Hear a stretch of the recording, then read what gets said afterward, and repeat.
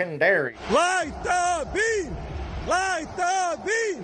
Light the beam! Light the beam!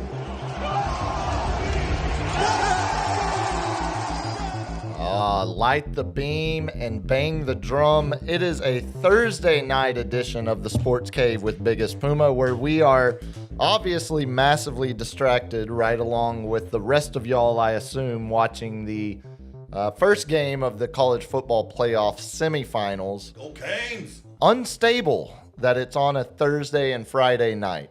I don't like it. 5 days of straight football. I do like that. Okay, I take back everything. LG, dump all of that. I love that these games are Thursday and Friday. It gives us something to be distracted by tonight. College doesn't want to go up against the... It's 5 days of meaningful football. It's It all is. playoffs. Yeah, no, it's nice. Like Playoffs. that. Okay, I hadn't thought about it as 5 consecutive Yes. days of meaningful football games. We will. We got a lot to get to tonight. We've got a lot of meaningful football to talk about, not just the college football playoffs. We talked about that on Tuesday, but obviously we're going to react to whatever we see happen in this Ole Miss Miami game. We've got main seggy. We're going to talk about those NFL playoff games, NFL wildcard weekend kicking off on Saturday. I got some picks to make as well because, Oh, you're trying to catch up, man. well, I mean, It's getting a little thin. we're gonna close out the NFL year. We're gonna close out. There are 6 games this week, so we're gonna pick 6. You know I'm a homer. I'm going to pick the Niners even though I don't like, but I get points.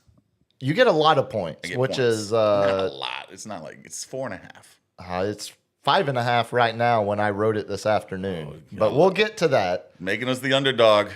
They said, I love it. Yeah, I think there's going to be a lot of plays on the underdogs this week. We'll get into that in the main seggy. Also, got to mention the coaching. Invite my bookie up here or something. Got to mention the coaching carousel as well because we've seen a lot of jobs open up across the NFL. Some more surprising than others, and of course, no Cal notes. We did the last edition of those on Tuesday night. Even though Jared says he wants to retire with the most trophies ever. See, I said we weren't. You're the one pigeonholing, forcing Cowboys talk into this. So every time you bitch about why are we talking about the stupid Cowboys, just remember. Hey, it's Jared. It's nowhere on my the run gambler. sheet. It's the gambler. Nowhere on my run sheet. You brought the Cowboys up. I did. No, we're not going to waste any time talking about Jerry. Literally in one sentence. So, I just pulled it, Jerry. I said we're not going to waste any time talking about it. But we're going to talk one sentence. We're going to talk about one sentence from the hour-plus long press conference they did yesterday. In one sentence, Jerry, in talking about hiring a new defensive coordinator, he said, "You know, look, we did things a certain way and it didn't work out. So we obviously got to make some changes and." The decision's going to be, not only mine, but Steven and Will and Shoddy. And we're going to do things the way we've always done things. Everyone's going to be involved. And it's like, well, which one is it? You're contradicting yourself with every sentence. In the same sentence. We're going to do it. We're going to do it a different way. So we're going to talk with me and my son. That's correct. Yep. Yep. Maybe the coach. Our I don't pseudo know. GM and the coach who is just nothing but a puppet. So yeah, we're not going to spend any time on that. We'll talk about the Cowboys again when they actually hire a defensive coordinator. But we do have Spurs notes, of course, to get to. They were able to bounce back last night, win the second game of that back-to-back. Low scoring game. That was surprising. Held the Lakers to the lowest total the Spurs have held a team to all season. Now, Both teams granted, play hard. it was basically... It was the It was a Los flashback Angeles to the 90s. And It was the Los Angeles Lucas because they had everybody, Austin Reeves and LeBron out. It was a bit of a mash unit for them. But we saw the Spurs drop the game against Memphis when Memphis had they played to their opponents. everybody out. It's insane, dude. Yeah, Like, so we'll talk some Spurs before we get into the main seggy, and then of course lightning round to close it out where. We had another big concert announced for the Alamo Dome this year. So I thought we'd look at the Alamo Dome has a lot of big shows coming up this year. they're like It's going to surprise you. Some of the ones guess I forgot when they were announced, or I completely missed it. Some big shows. So we'll talk about that in lightning round, as well as Tuesday night went so well with you closing the show with a clip you picked. This is the new me in 2026. This is me. We're gonna let it ride. No more control issues. No more I don't. It doesn't have to be exactly what I have on the run sheet. If you've got something, good like a robot kicking a dude in the nuts, we're gonna get to it. And so we'll see. We'll see if you can go 2 for 2 this week. I almost asked you for a notebook. Hey! It's like role reversal. I don't do role reversal, except when I'm getting probed. But I thought you were gonna say except when you were getting egged with a pea. whoa, That's role reversal. whoa, sir, It's the not new this me. guy. It's the new Not me. this guy. 2026. Hey, a finger is not. That's a medical term, That's so a you medical- can say it. Yes. No, but as always, I should also say we are broadcasting live once again here on the north side of San Antonio, 11 days away from the college football natty. It's also a big national day. It's something I look at you and I just think this is a day you celebrate. This is a day you look forward to. So now you know who I am. I mean, I just learned you're into role reversal. So. I'm not into role Uh, reversal. check the tape. Check the tape. I will say Tuesday night was National Bean Day, and I celebrated accordingly. Buddy, if someone had lit a match in our house overnight, the whole thing might have just shot halfway to Mars. That's me with ice cream, man. Ice cream? Are you lactose intolerant? Heavily. Okay. Heavily. Well, Do not if you say milk, I might squeeze out one. God, that's not medical term. Flagellants. There we go. No, Steph made some wicked black bean soup, so I love me a good black bean. I feel like there's it's a good one. Not that what's the one you eat on New Year's? Black eyed pea. Yeah, they can kick rocks.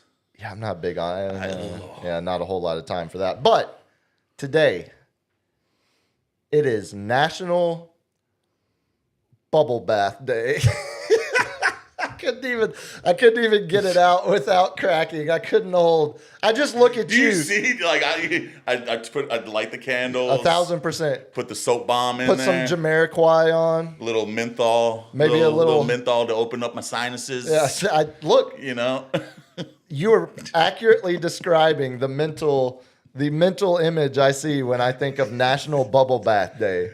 Leave me alone for 15 minutes. That's all I asked for. It's the one thing I Is that miss. too much? It's the one thing I miss in the house that we've lived in now for 7 years. Oh, yeah. 6.5 years. I don't have a bath. 6 years in my new house, I got the ultimate shower package, which is a walk-in, dual-headed shower, and it's Oh, wow. it's amazing. I love Somebody it. comes from money. Oh, Ultimate shower package. someone's got some bills. That's how you really know you're rich, when you Yeah. have a shower that shoots 5 different directions. Oh, and then there's it's called a Speakman. I went on the internet to find the best shower head with the best pressure because we live in a low-flow neighborhood, greenhouse, whatever. So it's crappy pressure. So I'm like, I need some jets. I need some some oomph behind it. They're called Speakmans. Okay. It's what the luxury hotels like the Ritz Carlton use. Oh, okay. And that thing will get going on you. It's one of those deals where, I always thought my life was just fine with the showers I've only ever been It's introduced the to. little luxuries in life. You that will stay at a get you. fancy restaurant, kind of like the Japanese toilets. Oh, man. Once it just shatters your whole perspective on life. You realize what the rich people are getting to experience every day. I've always said I'm never gonna start a GoFundMe, but I might for a Japanese toilet. That's not a bad idea. I like it. That could be a good bit. Speaking of, a good way to support this program and help us buy a Japanese toilet for our studio here, that is, of course, the Many different ways you can support us. One, subscribe, totally free on YouTube. LG, tell the people. I forgot to throw it out there on Tuesday because we do have ways that you can financially support this thing going into the new year.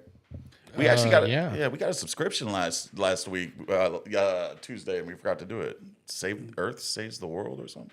Oh, look, no camera. God, LG is I'm broadcasting dead. from a black void. The voice of God is true. Either way, you can subscribe, and you can also throw us some cash with the super chat.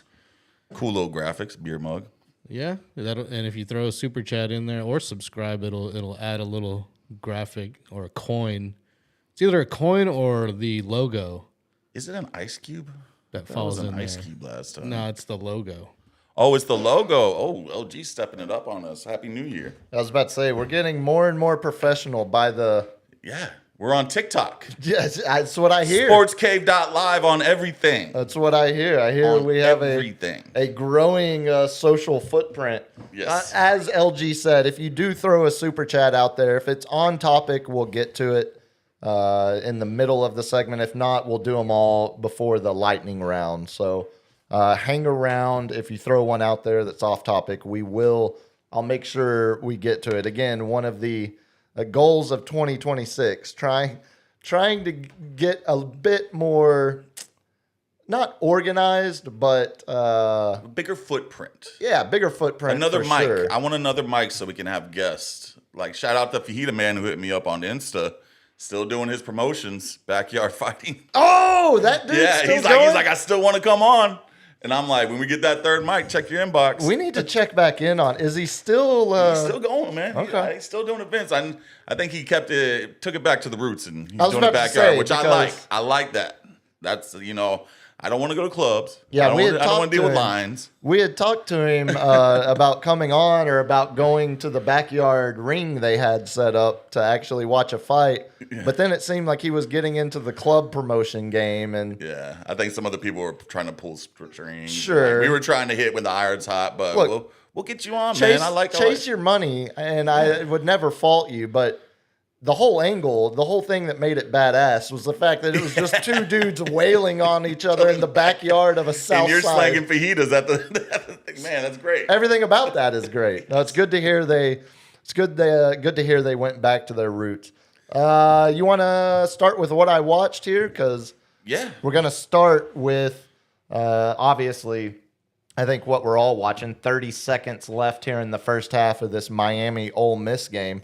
It's Trying to get into field goal range, you think? it's gone about as expected, I think. After what Miami has done in the first two rounds and who they've beat, Yeah, like they gave up a 75-yard run. Like, other than that, besides now, they kind of look like they're playing just coverage defense, making them with 24 seconds left. But the defense is stout. yeah, that Miami defense is. I mean, if you. I've not seen Michael Irving, which is a damn shame. Yeah, it feels like has Put- ESPN put Give me some playmaker. has ESPN put an embargo on the Michael Irvin coverage? I think the whipping, the belt thing. I wondered how they. Yeah, I don't know if there's like racial element to it. well, or everything just, could like, have. I mean, the tension in the thing, but we need more playmaker. But I did not know this, and I found this out today. Watching another little show that I'm not going to plug because we don't get money for it. Michael Irvin was the creator of the U.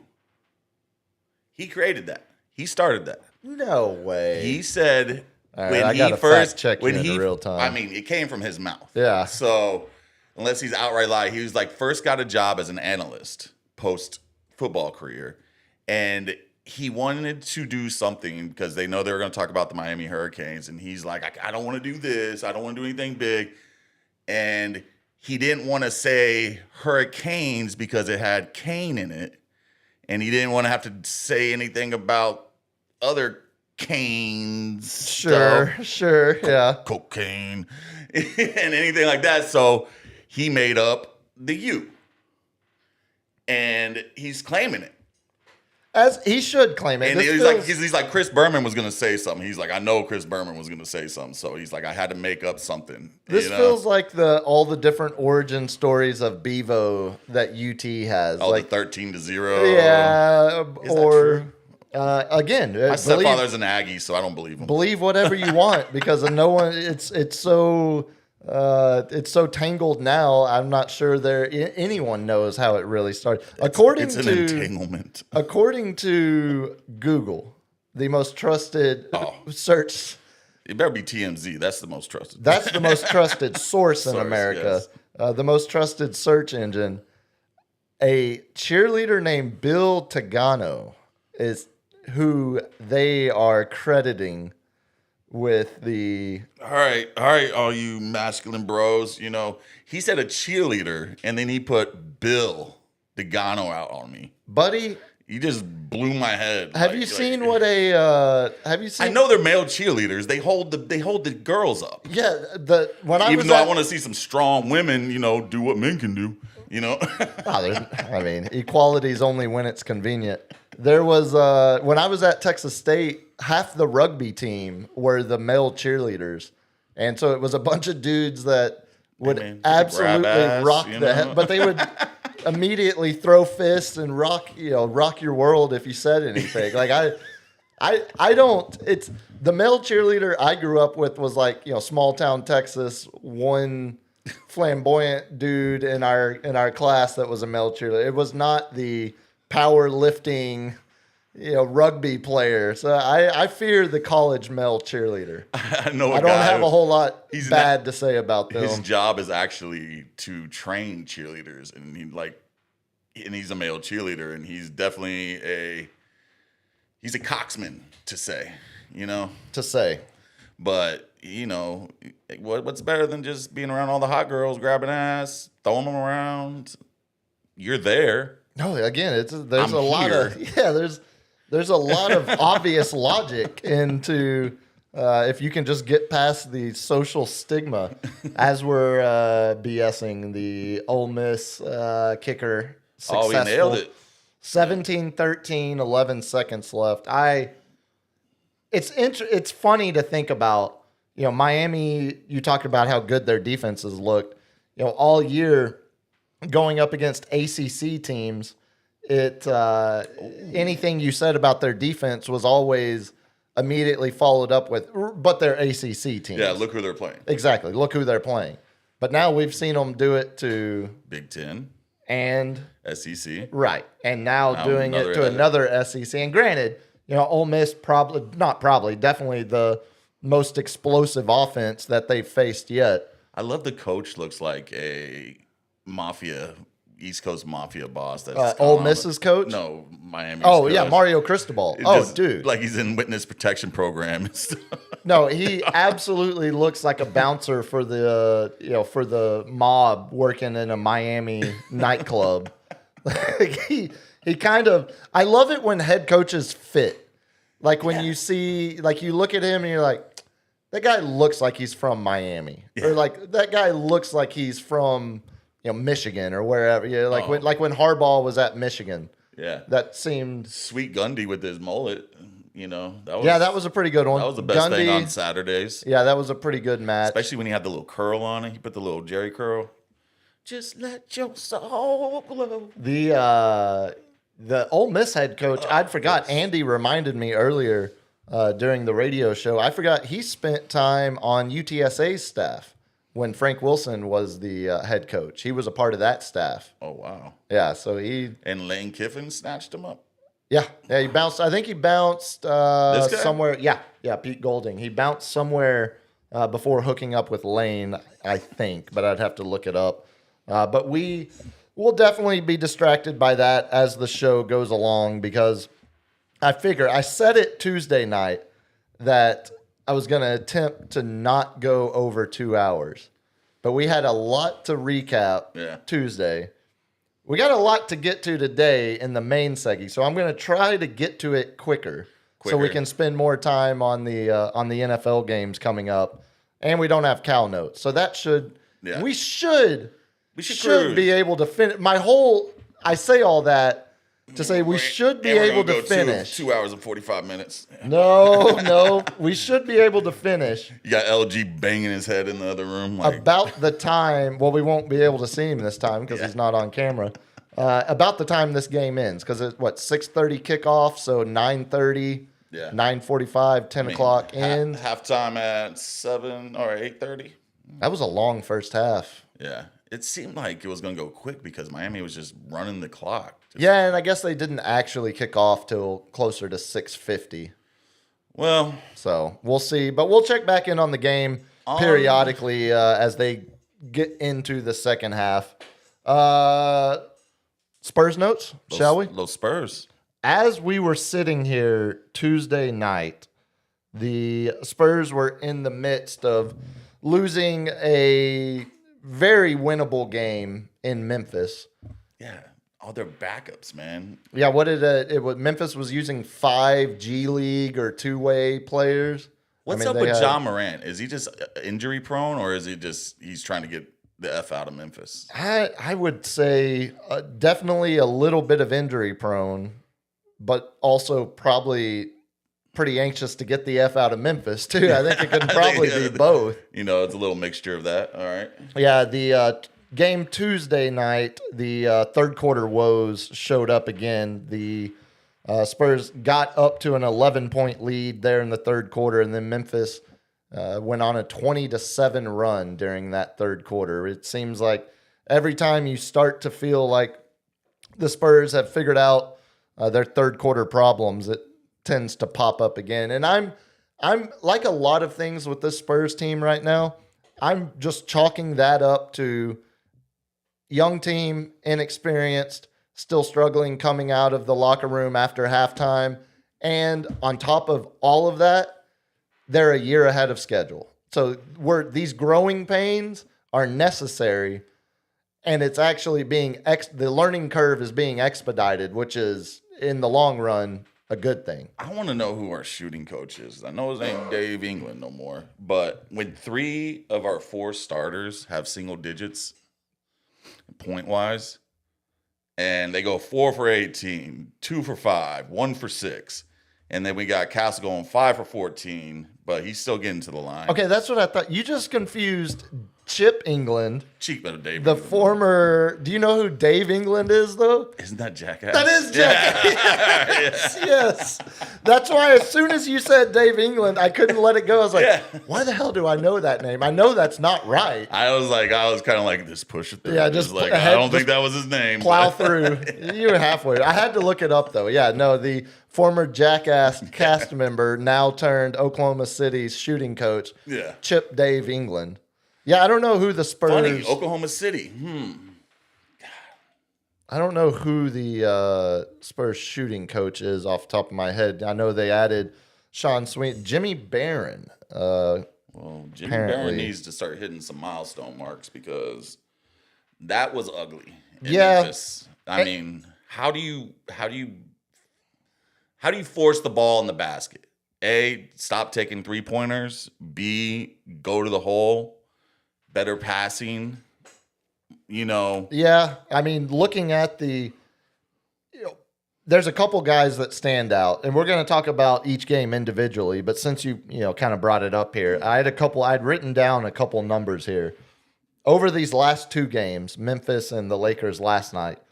Harrison Barnes has 9 total points, 3 for 11 on field goals, 0 for 4 on 3-point attempts.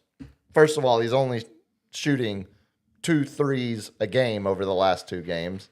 That tells me that says to me less about Harrison Barnes and more about the stagnation of the offense. Because when the offense is running really smoothly, Harrison Barnes is getting more 3-point attempts naturally. He's And not a kind of open player. looks and Exactly. He's not a player who's forcing 3-point shots off the dribble or on his own. They're all coming as a function of the offense.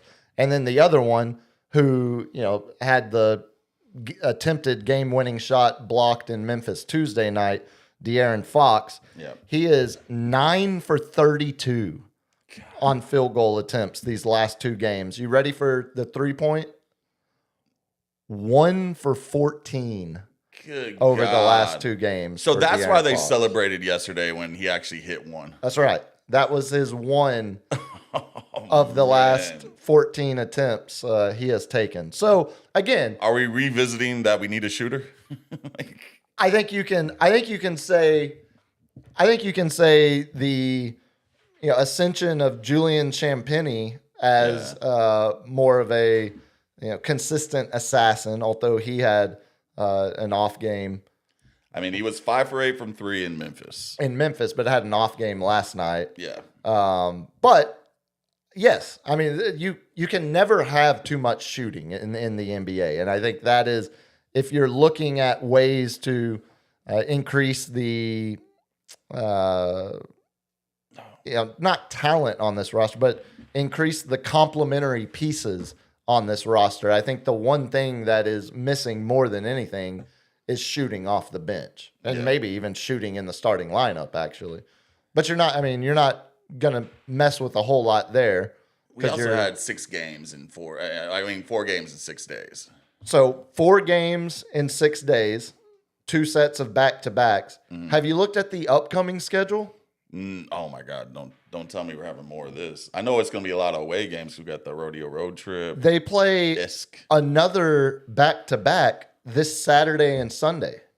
So the last 6 games the Spurs have played have been 3 sets of back-to-backs.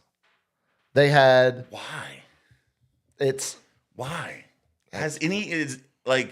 Ask your AI overlord. Like, is there any other team with 3 back-to-backs in a row going in? Like, does anybody else have that schedule? I'd be curious. conflict? I'd be curious to hear what the AI overlords reported back on that, because it does feel I can't remember a time where an NBA team played 3 consecutive sets of back-to-back.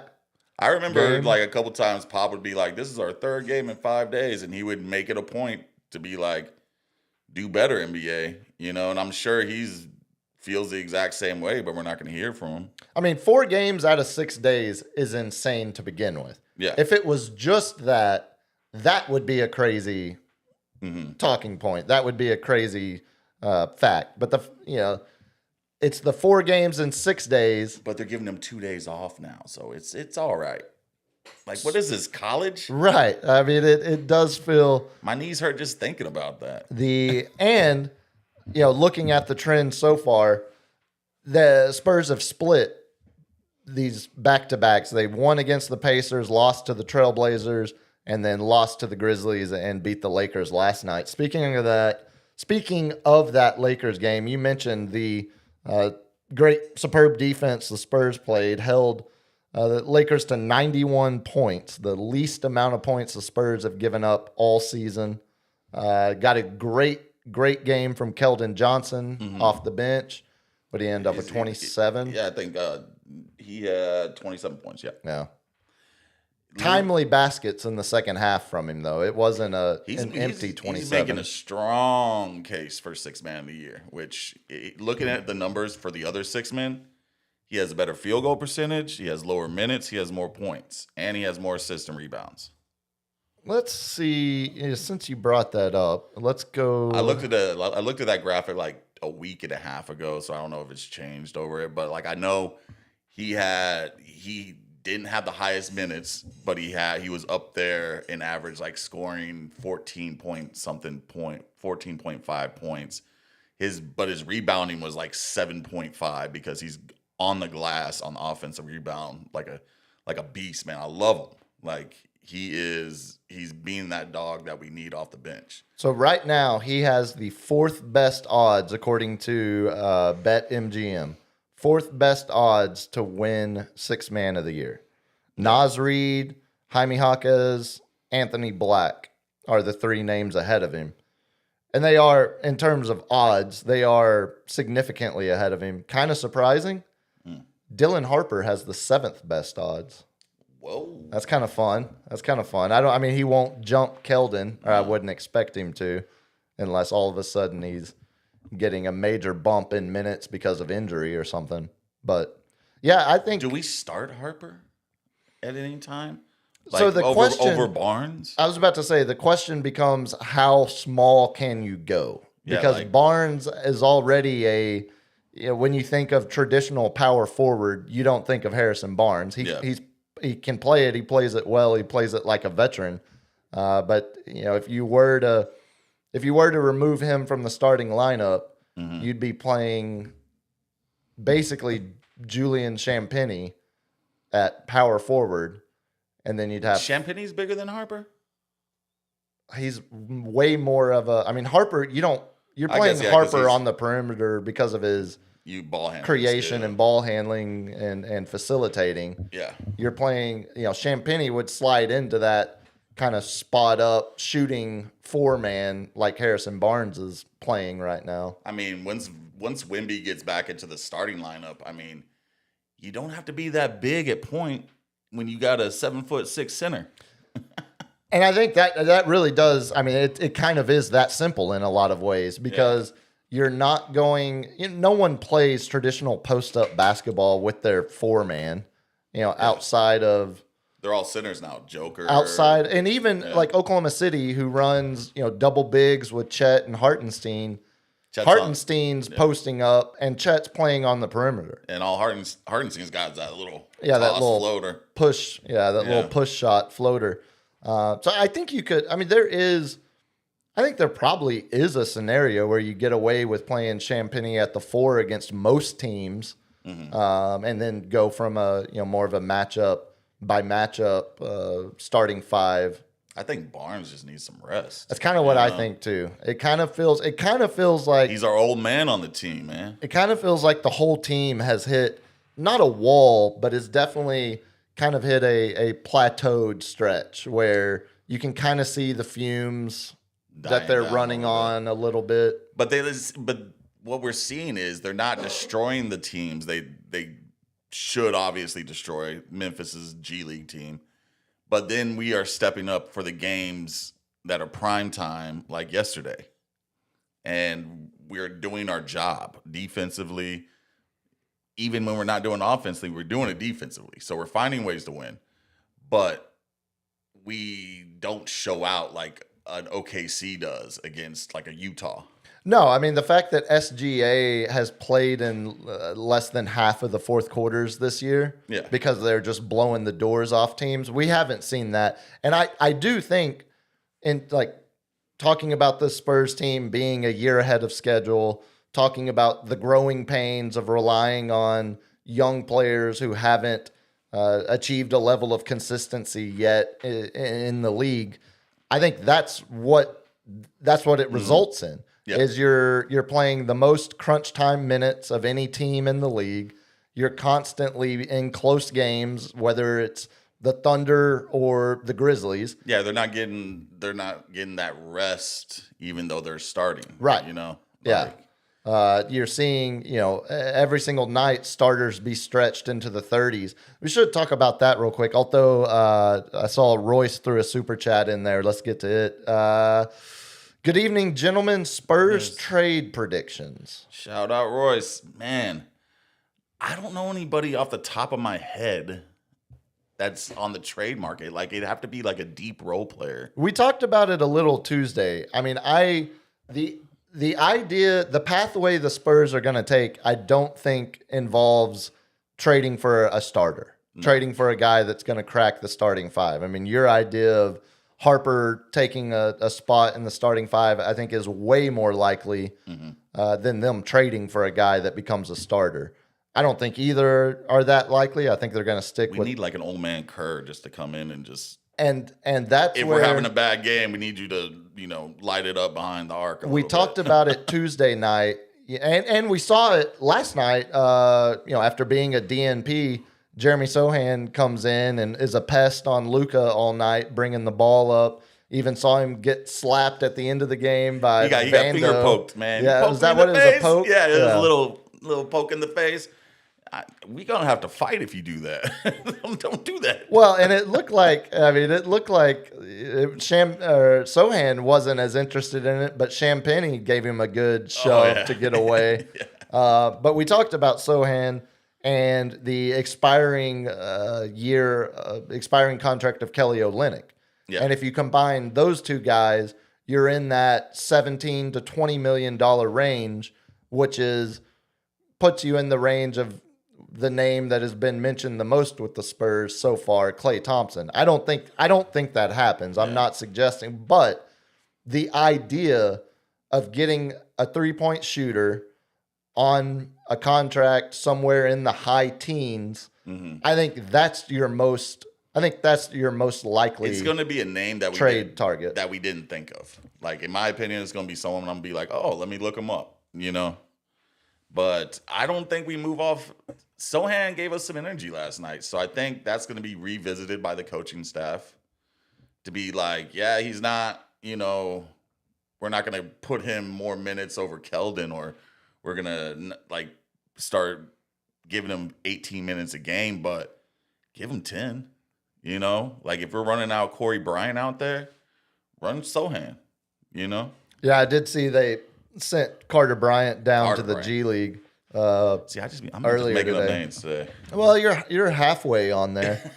Yeah, I do think the pathways they have to go to upgrade this roster, it doesn't have to include Sohan in a trade, because with the Olynyk expiring and all of the future draft picks they have the assets to go out and bring another piece in without giving up Sohan. I think if you could find a team that is in love with Jeremy Sohan's potential, and a team that, you know, is thinking he is more than just a role player or a bench guy over the next few years and could develop into a, you know, consistent, productive starter, then I think if you can find a team that values him, it would probably be smart to include him in a deal, but not to force it, because I agree with you.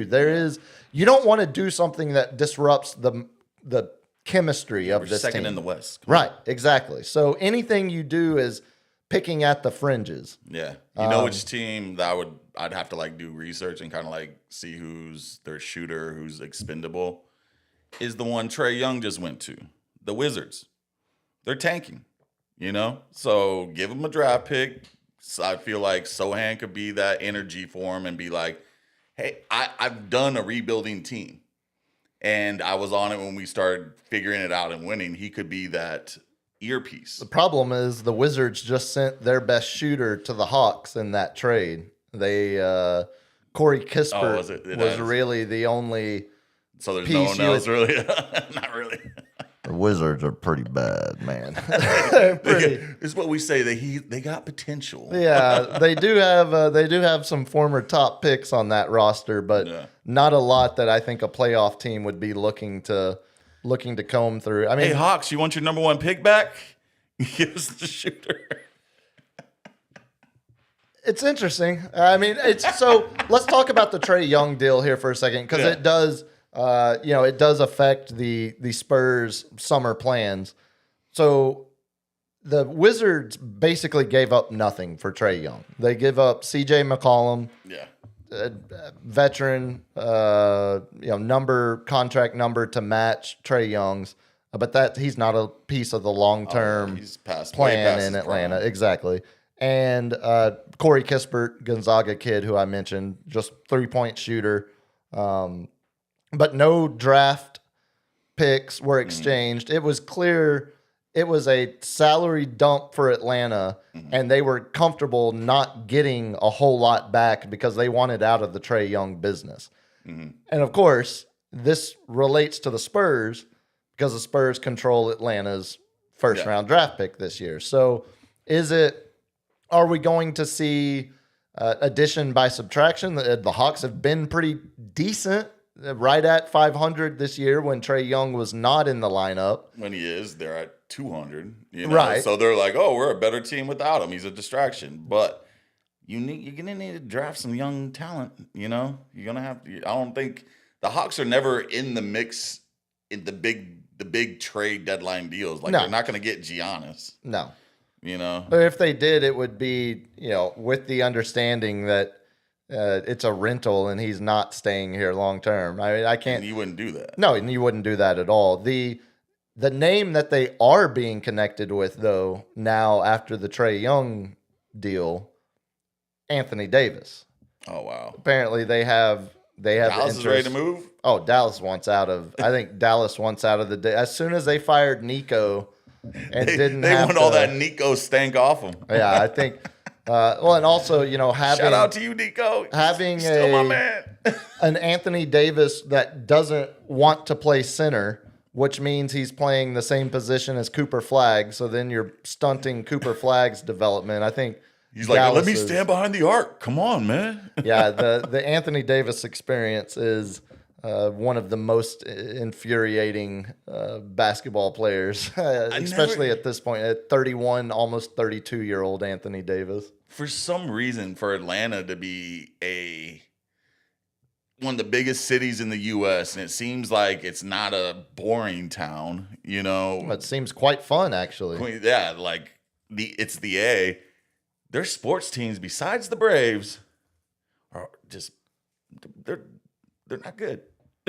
Like the Falcons, nah. Yeah, I'm not sure the They quality- got the MLS team over us. I don't know if you remember that. We were trying to get a MLS team, and Atlanta stole it basically from us. Well, that was and that was also involved with Columbus stealing it as well to turn it into Austin. The Hawks are interesting though because looking at the NBA standings right now, so the Hawks trade Trae Young, but they currently sit in a play-in spot. Yeah, like the second to last play-in, right? Yeah, they are the 9th seed in the East right now. But more importantly, you look at the teams that are below them, immediately below them. The Bulls are the 10 seed. Bucks are the 11 seed. And both of them are, Bulls are 1 game behind the Hawks. Bucks are 2 games behind the Hawks. Technically, actually, Hawks, Bulls tied. I thought the Bulls had a hot start. Like they had. They did, and then they fell back down to earth. But the Bulls are also a team The Jordan that is curse. not looking to fall out of a play-in spot. They're competing on whatever level they can this year with what they have. The Bucks obviously trying to convince Giannis not to demand a trade, so they're not going to punt on the season. So the Hawks are right there going to be playing to be a playoff team this year. So the Anthony Davis interest makes sense in the short term if you're Atlanta. What are they going to give Dallas? Is Dallas just looking to dump them cap-wise or what? Well, I mean, the names and the asset that immediately get brought up first is the stupid Pelicans unprotected pick that Atlanta got from draft night as we were doing the draft watch party and just were like, what? Yeah, why? Also, now granted, New Orleans drafted Derek Queen with that pick, who's a good player, He's a good guy. but you're giving up a future unprotected in a year where right now, you want to take a guess on how many wins the Pelicans have? 12. Buddy, they have 8. The Pelicans are Light that beam. 8-31, tied with Sacramento for worst record in the West. So Atlanta, Zion. Do you think Zion wants out? Like, that's the other big question. That's Atlanta's biggest asset. yeah. And then the other name, the most recent number 1 overall pick the year before Wemby, Zachary Richache, the French kid, which if you're a lot of French. if you're holding out thinking he might have, actual first pick overall potential, maybe you're more interested in the player to pair with Cooper than you are the pick. But I think Dallas is trying to get that pick, and Atlanta's saying, why don't you take this former number 1 overall pick instead so we can keep that pick He's got a lot of ourselves. potential, and don't you have to go against the other Frenchman in the down I-35? I do worry that Atlanta post Trae Young trade is going to be a better basketball team because they're addition by subtraction from the Trae Young deal, and they're rumored to be actively engaged in trying to still make that roster better. So And you said February 2nd, end of the trade deadline, or yeah, what did we say? February 5th 5th, Right. maybe, yeah. I think that's right. We were talking about it on Tuesday. Yeah, it's coming up. Yeah, man. February 5th, trade deadline. I don't know, Greg. Dick Jefferson, the best trade acquisition for the Spurs. Get out of here. Oh, Dickie J. Yeah, I He was good when he had Jason Kidd thrown to him I for was some about reason. to say I'm not so sure about that, Greg. The only other thoughts, notes I had from the Spurs this week. I mentioned the back to back coming up this weekend. Who are they playing on those back to back? Celtics Ooh, Saturday, Wow. and then T-Wolves Sunday. That's a stretch. That's two difficult teams. Celtics are playing good basketball. Yep. Jaylen Brown showing potentially being the best two-way player in the league this year Yeah. between offense and defense. I'm excited to see Jalen because Steph Castle's probably going to match on him. Oh, yeah.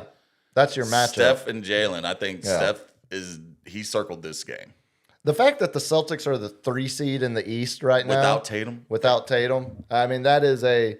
Are they still just shooting threes like they did to win the chip or what? Oh, yeah. Yeah, the identity of the team hasn't changed whatsoever.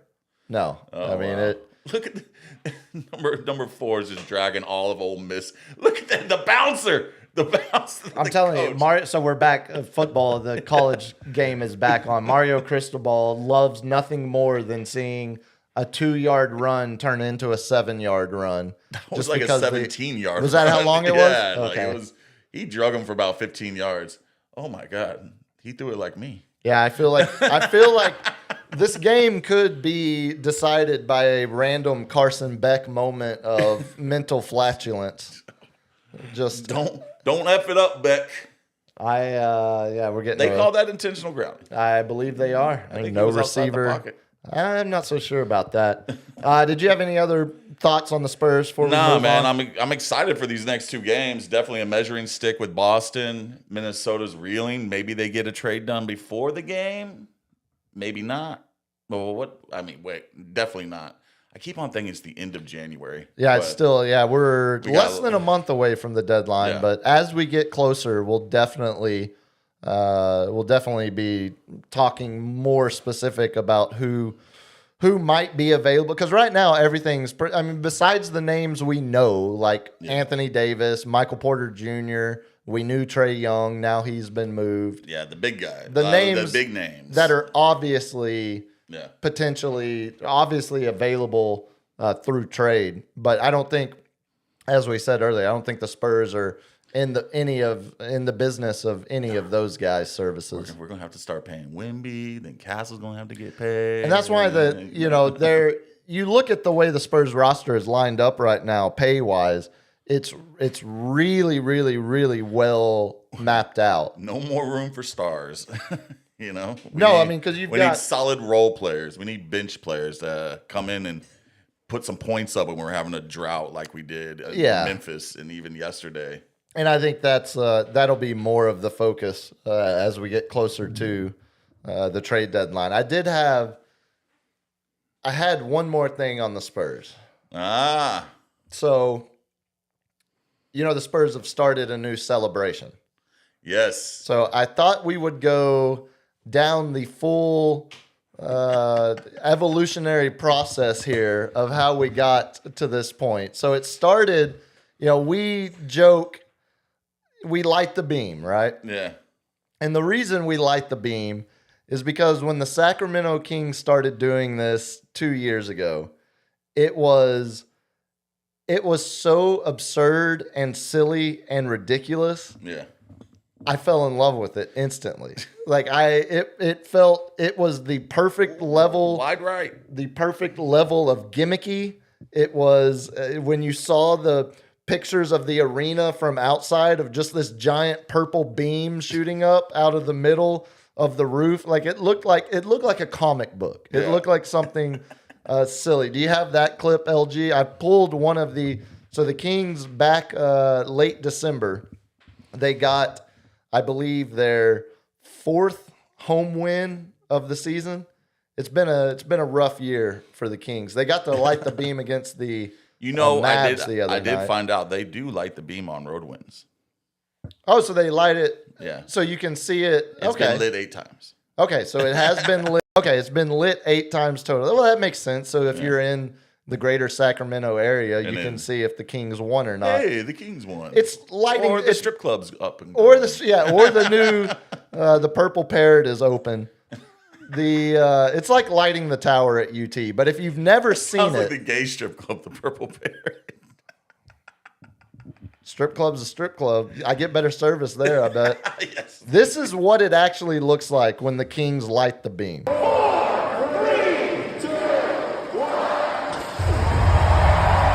Like, it's so badass. Oh wow! And it It's just so silly.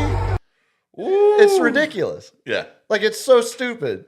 But it looks like a Star Wars, like a lightsaber turning on. Yeah. Just shooting up from mid. Right. You see that Fun, kind of fun with lights. fun with, and your look of like, you know, Yeah, it's not bad. Not bad. It's not bad. So when I first saw that, I knew immediately I needed to be a part of it. I needed to make myself a part of this. So that right there is why we light the beam. Not because we're Kings fans.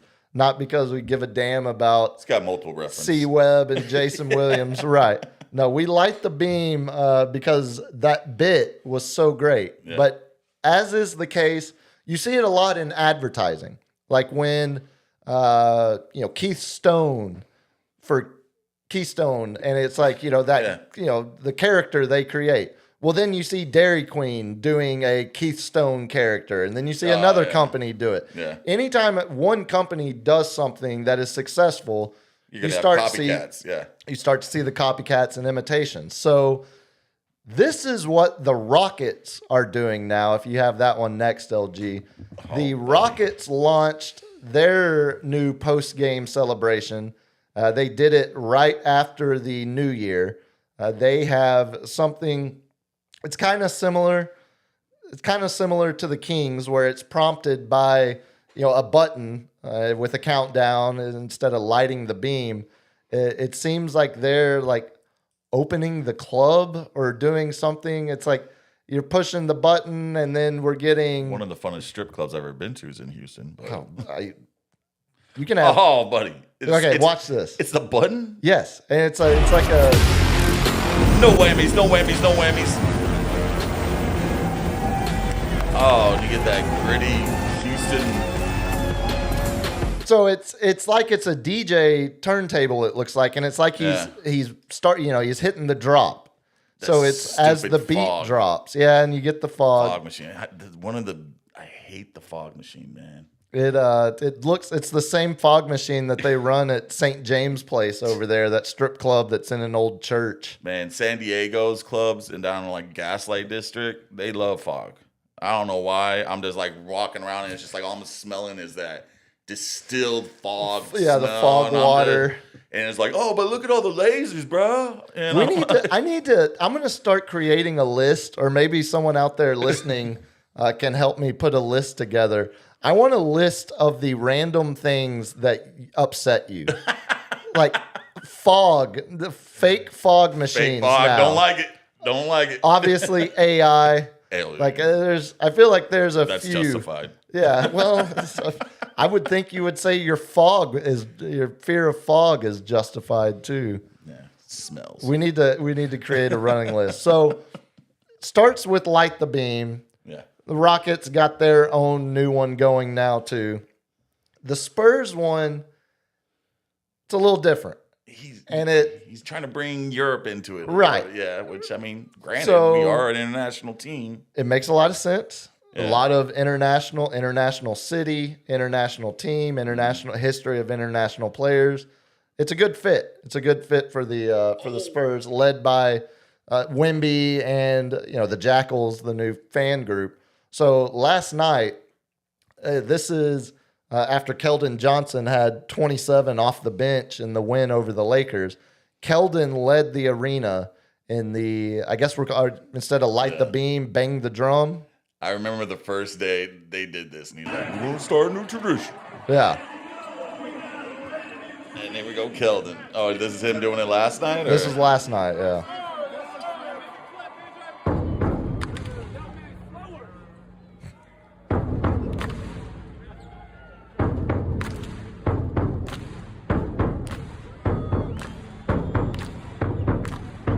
Yeah. All right. This bit is going to be a lot cooler when they do it after a playoff game or like a home game that clinches a playoff series. That's when I think. Like, why not run this bit out? Like, what got me is they're doing it at the end of the game. No. Only for wins. Only for wins. Only for wins. No, we need to be doing this at the end of the third quarter. They do it at the beginning of the game as well. They do it at the beginning? Yeah. Okay. And look, who's that right there in the Look at that background right guy. Is he who's wearing that? like an ugly green hat? Who's there in that Spurs hat? The one I'm wearing right now, actually. Would you look at that? Yeah. The one with the glasses? We've spotted. Oh, we got the picture on now. Hey. We've spotted LG in the wild. There In the we go, wild. right there, walking They by, got the creeping, mission. creeping by. They got the notes. They got the game plan. You got to get real close to them. Real close to them. Don't startle. Yeah, I should say this is who did I pull this from earlier? Because as soon as I saw, I completely missed the LG cameo. This was Corey Mose that had Corey Moe. Speaking of Houston, that was who had that footage from the game last night. Yeah, You can't bang the drum when you miss 78 threes. well, it's a little All hard. right. Touche. Little Maybe hard. we'll make a three if we bang the drum in the third quarter, dude. Like, come on. Like, halftime. Like, hey, Spurs are coming back out. Boom, boom. But like any bit, Boom, boom. you can't do it too much because then it loses its value. Fun with lights. I like the lights. Let's get our own beam. I put a picture. There was someone that photoshopped a beam coming Going out up. of the Alamo. Yeah. And I thought, what better way to represent the history of the Alamo by shooting a laser beam out the middle of it? That wouldn't be the worst thing. Or could have it coming out of the cenotaph. You know, the beam just makes me think of like the 9/11 memorial, the Twin Towers. Like, Oh, I assume that has to be where the idea came from. just like Never forget. Hashtag never forget. Never forget. But I assume that's 1,000% where someone was paying their respect to the victims of 9/11 and thought, you know what, this would make for a great post-game winning tradition for the Sacramento Kings. Like, what is that? Like a 10,000 HPS? I wonder what you can grow under that. Yeah. Okay. It is California. It is California. You could, you do. Steal that beam real quick. I was about to say, I was like, is this red spectrum? This purple? Is it red or You blue could, spectrum? Or what are we talking here? you could do an endorsement deal with a local dispensary. It's Down at Hydro Farm, come get your light the beam lights after every Sacramento win. I think we're on to something. Hey, I think we need a check. yeah, Miguel, replace the drum mallet with a chancla. I do think that's a good point. That might be a little too on the nose, but there are ways to maybe make it more San Antonio centric or San Antonio themed or have something else that's We need the drum like mounted in its own area with its own like kind of like like Stonehenge and like how the football teams do, like the 12th man like or the Stonehenge and Spinal Yeah. Tap, where it just And comes down slowly from the ceiling, and then it's a little tiny drum.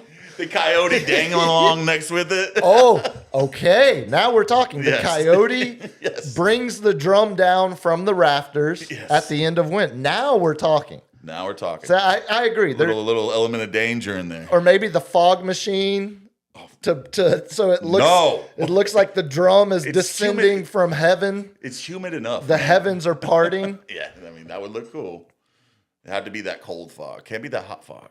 Maybe we could have bats carry it down. Just have a horde of release a horde of bat, like Auburn releases the war eagle and it Yeah. flies around. We need to have like I want to know that needs to be like a San Antonio special day. Like the coyote comes out as dressed as Batman, like he did. And he does. I was about Because to say, on this day, January 8th was the day of the Music City Miracle. oh yeah, I guess That's that the checks anniversary. out. And then January playoff. 6th, not J6, but before that, Nancy Kerrigan got her leg hit with a baton by Oh well, there was more violence that happened to Nancy Kerrigan than happened in Capitol that day. You and I both know that, Cap. yeah. Someone actually got hurt. Happy January 6th to all those who celebrate. No, yeah, I think they're just I think I like the initial concept of it, but I would like it would be badass To have it like come down, and like have it descend, and we're all just like I would looking stay up, to watch that. Yes, I would stay to watch like that. I think there are ways. I think Rolling there it are out ways, there on a little cart, miss me with that. Yeah. You know, but like No, I want the coyote riding the drum down like. almost zip lining into the drum while it's being lowered. Okay, down, zip lining from the HEB fan zone Yeah. down onto court level. Yeah. Look, no idea is a bad idea here. Hey, zip lines are fun. At the end of the day, the thing I love most is that NBA teams are embracing the absurd, silly bit. And that is a victory. That's a win for all of us. Everything's got to be for the gram, man. Come on. Apparently TikTok so. and gram, it's all got to be commercial. Well, if it's a good bit, I'm for it. And I like where the NBA is heading with all of these post-game. I will allow AI to make something up, a visual, so we can have it. So if anybody wants to go on AI and make a visual of our idea, Yeah, someone who has access. they will give it to LG, and he can sneak into a room and just leave it on a producer's desk. Someone who's got access to AI video generation, create a video of the coyote riding a drum down from the rafters at the Frost Bank. We need that for a new show intro. Oh, maybe that's okay. Hey. Yeah, maybe, all right. We got ideas to work on.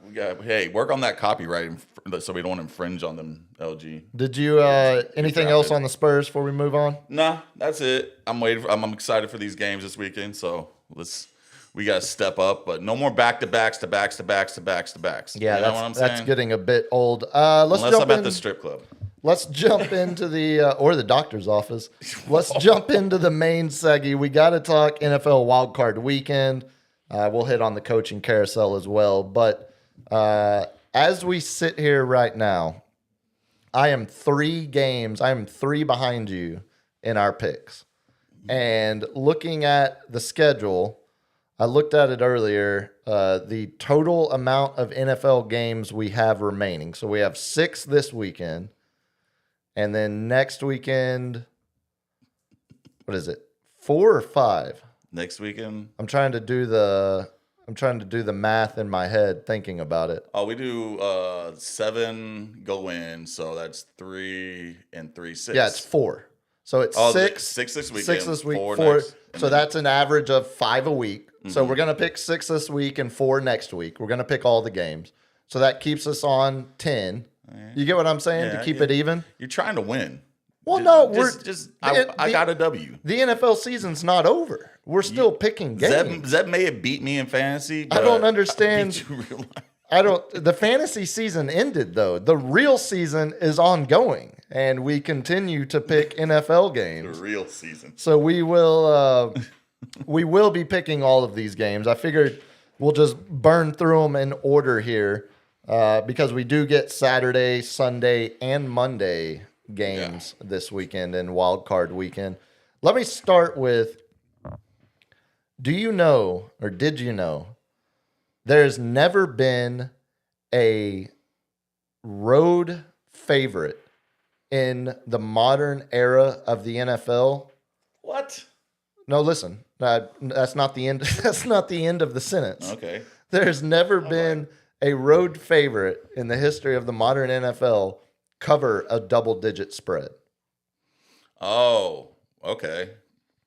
The Rams at Panthers, the first game on Saturday, is a 10.5 point spread in favor of the Rams. Respect. The Panthers beat the Rams They did. in their house. They did. 10.5 points.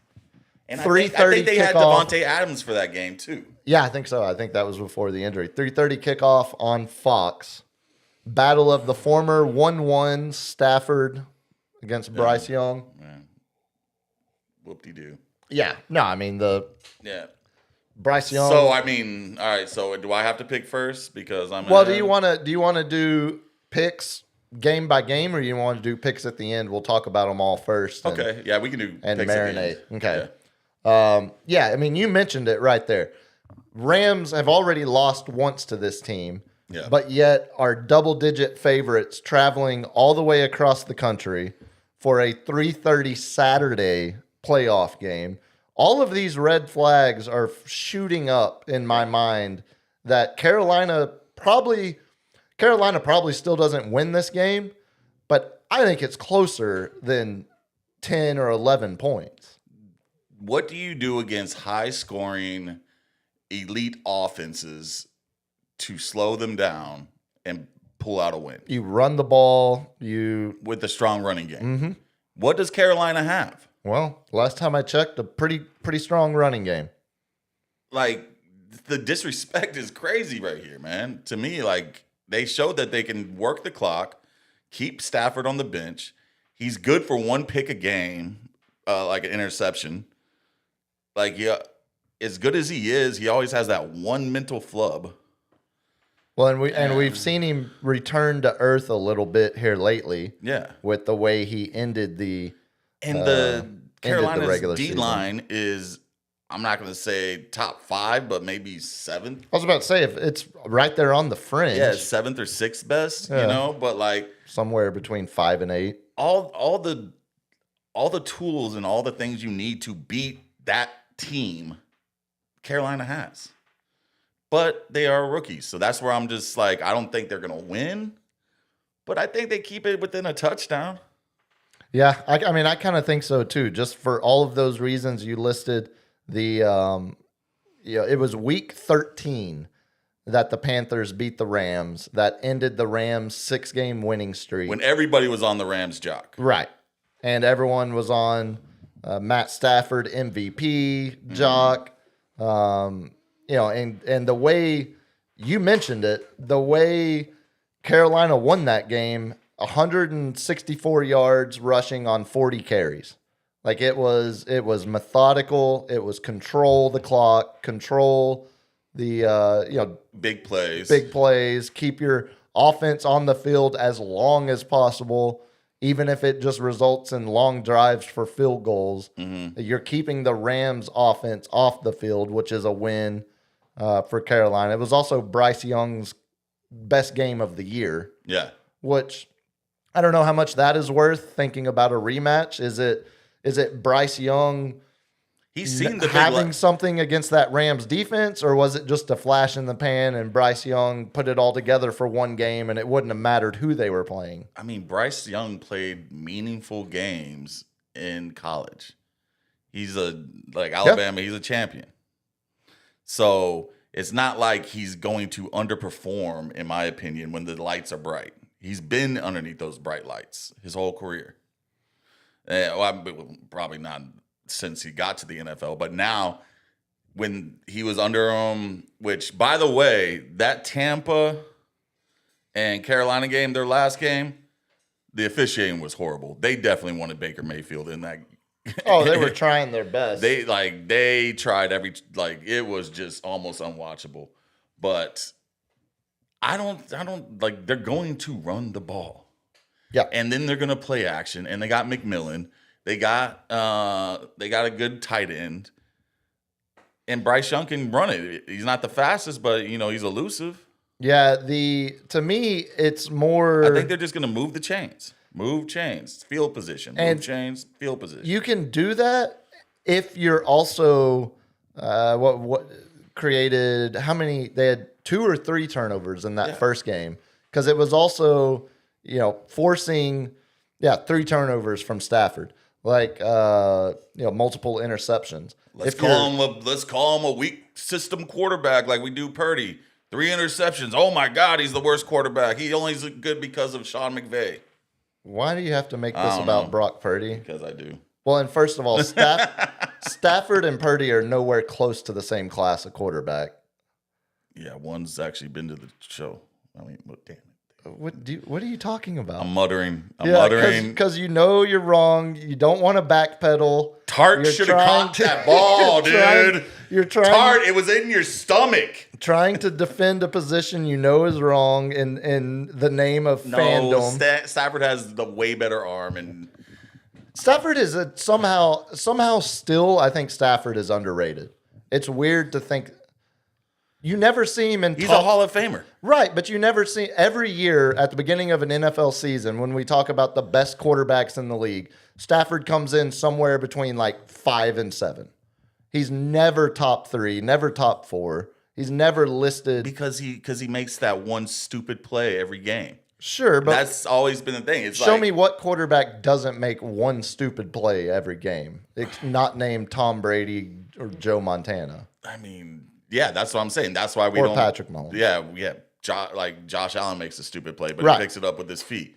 That's the whole thing. Is he's as slow as Eli, but he has that cannon of an arm, and that's who he is. So like he never created that other weapon. He's not elusive. He's a statue back there, but he's intelligent, can make his reads, and he can throw it as hard as Brett Favre. So 53 men on the Carolina Panthers roster. Out of the 53, take a guess how many are playing in their first playoff game this weekend.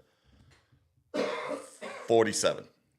Okay, that would be insane. It's not that high, but you are definitely sniffing what I'm putting down. 31 players. 31, yeah. So 31 of the 53 have never played a playoff game. yeah, over half the team this is their first. And like- this is a lot of the same backbone of the Rams team that won a Super Bowl. So who's going to be the vet that's going to get everybody focused? I don't see it on the offensive side. I see it on the defensive side.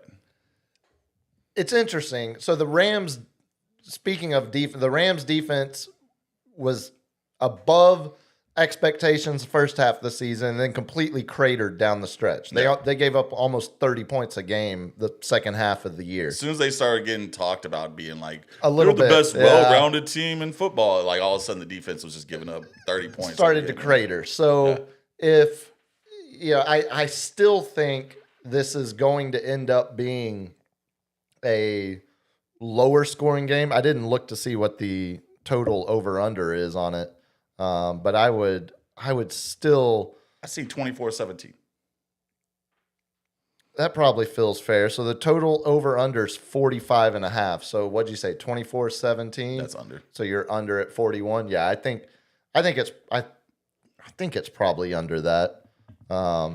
Because I do think Carolina. That's a hold. That's a pick. It's also Oh! That's Miami. You got to get that one, baby. So if you're watching along live, it's 2.5 minutes left in the third quarter of the CFP game, and Miami just dropped 2 chances at an interception. Yeah. The guy who had the chance tipped the ball, and then it goes right into the hands of the other guy.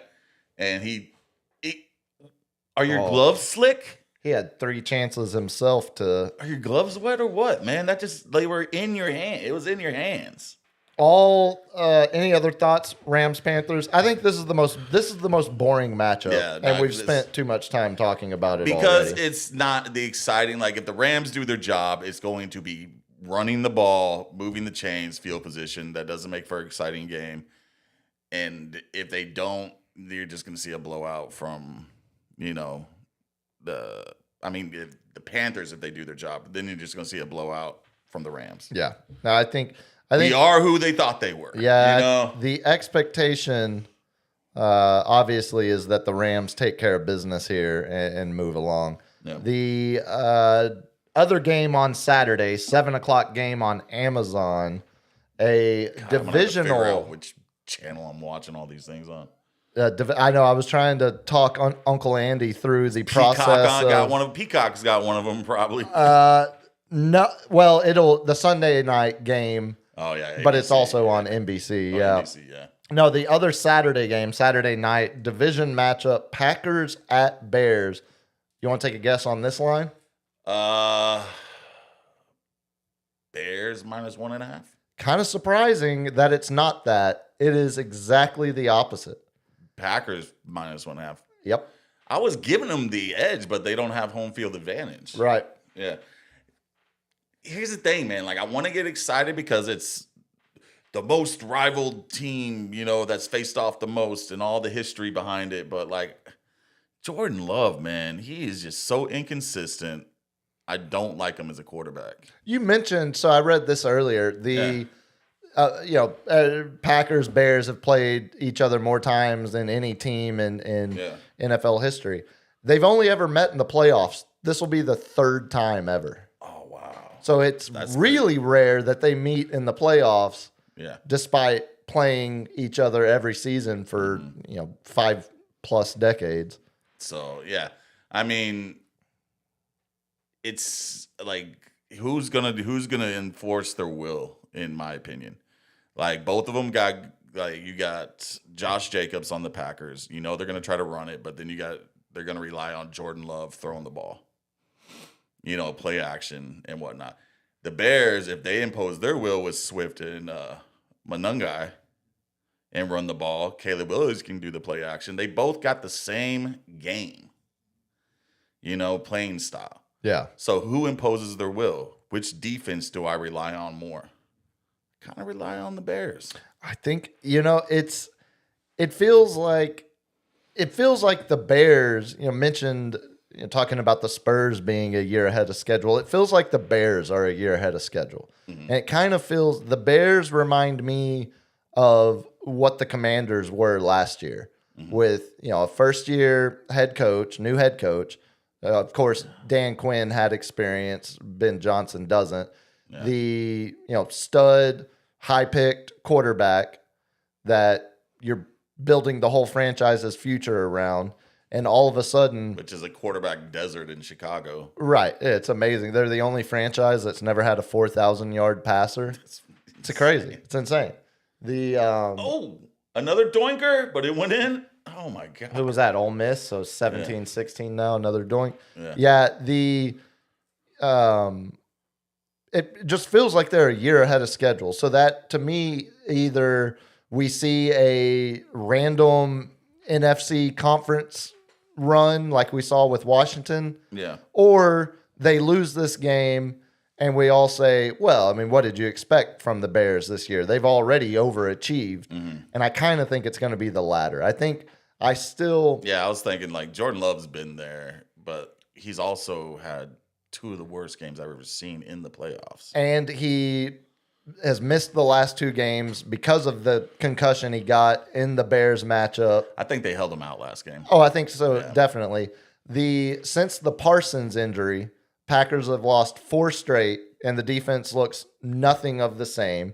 Mm-hmm. The Packers, the whole idea on pushing all the chips to the middle to get Micah was they felt like they were one player away from making a Super Bowl run themselves. Now we saw them in the first half of the season with Micah. Now we've seen them without. They kind of look like the same Packers we've seen the last few years now on the defensive side of the ball. I mean, I would expect this one to be fairly high scoring. I don't think this is going to be the only thing that weather would be the only thing. So I haven't looked at the weather in Chicago Saturday night and that thick grass at Soldier Field. Yeah, they're trying Do you think that's why they haven't had a 4,000-yard passer? I was thinking about that. I'm like, man, it's got to be that grass, that turf. Grow it high. Yeah, I mean it's weird because you look at I think it's probably mostly like look at who they've had at quarterback for the last our whole lifetime. Who's the best natural passer they've had? Jay Cutler. Yeah, and. In our lifetime, I know. And like old Cutler, McMahon, I just loved his didn't give an F attitude. Oh yeah, absolutely did not. He was deer hunting off of an app on his phone with the remote shot he had set up on his deer blind. Caleb Williams probably the best natural ball thrower they've ever had at quarterback in our lifetime since the 90s. Or since love how Caleb Williams pisses off all the old white curmudgeons. He wears nail polish. buddy, it's not just white curmudgeons. It's everybody. If you're old, no matter what demographic you're Yeah. in, there's a good chance the you old don't curmudgeons. you don't support males using fingernail polish. Oh my God, I've never seen anything like that. Yeah, I don't know what the problem is. Baseball catchers do it all the time. It's not anymore because they got Not the anymore. Yeah, electronic. fair. Yeah. Yeah, now all the catchers that liked painting their nails have to find some other excuse. Like, oh, They just paint their toenails. yeah, exactly. Can't see those. But no, I mean, I think the Bears are ahead of schedule. It wouldn't surprise me if they do win this game and make a deep run, but at the same time, I think they've kind of already overachieved, and the Packers are seeing, a window that they thought was open, and now without Micah, how much steam do they have going in, on a 4-game losing streak going into this game Saturday night? When do you pull the trigger on Jordan Love? They gave him the big contract. Yeah. But when do you give him another contract or do you give him a 2-year let us see it contract? I think the way NFL quarterback contracts are handled, there's no way you let him leave your organization unless you have the guy lined up to replace. Like, you're not letting him walk without a plan.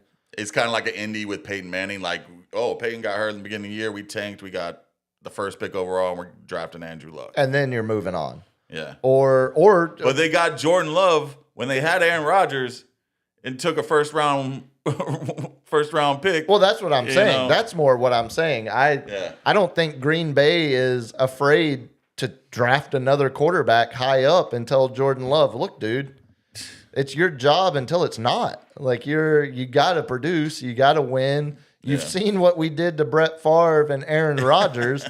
Why would you not think we're going to do the This is same Green Bay, thing to baby. you? Yeah. Which, I mean, again, I think every NFL team should be drafting a quarterback every single year. Yeah. Not in the first round, but somewhere in the draft. You should always, every year, draft a quarterback. So you're saying every single year. We call that the Purdy effect. I mean, teams have been doing it before. You could Come call it. on now. Could call it the Brady effect, Yeah, because Brady. Belichick was the biggest believer in that. He did it in Yeah. Cleveland and New England, which is how they ended up with the So gift. Brady was like, get Garoppolo out of here. He's a little too pretty. Another, again, drafting quarterbacks at all, every single chance you get. Castle.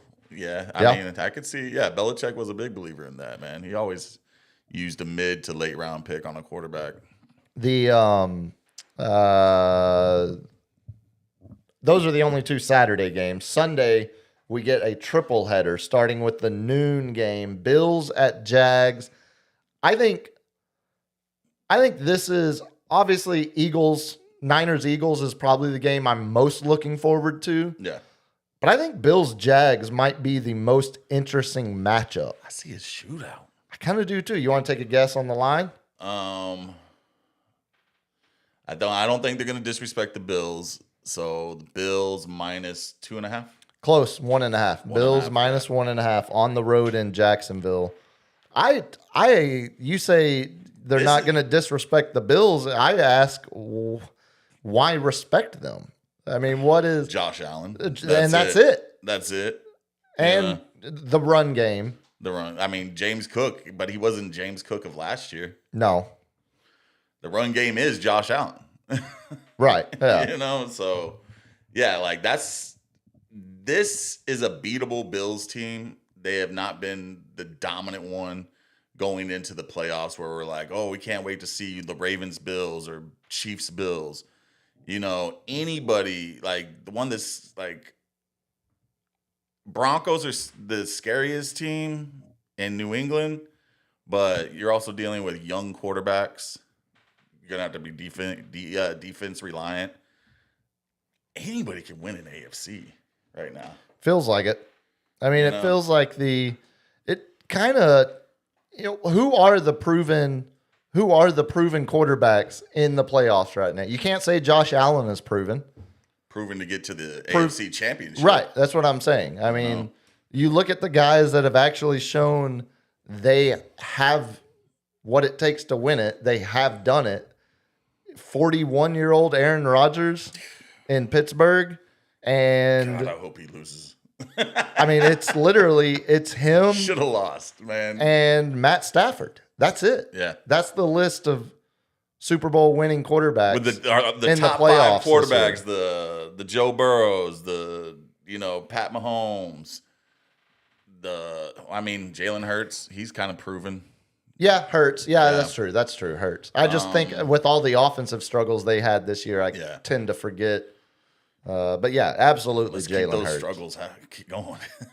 Yeah, absolutely Hurts. But it feels, all of that to say, you say anyone can win the AFC. Anyone can win the Super Bowl. There's Yeah. none of these teams are riding, waves of, even the. Seattle and it's Seattle and Los Angeles to lose, but we have seen LA can lose, Seattle can lose. They only put 13 points up against the Niners, who lost 2 linebackers and another DL during that game, and a cornerback. And one of the linebackers, Bethune, he's out for the year with a groin tear. So it's like they only put 13 points up.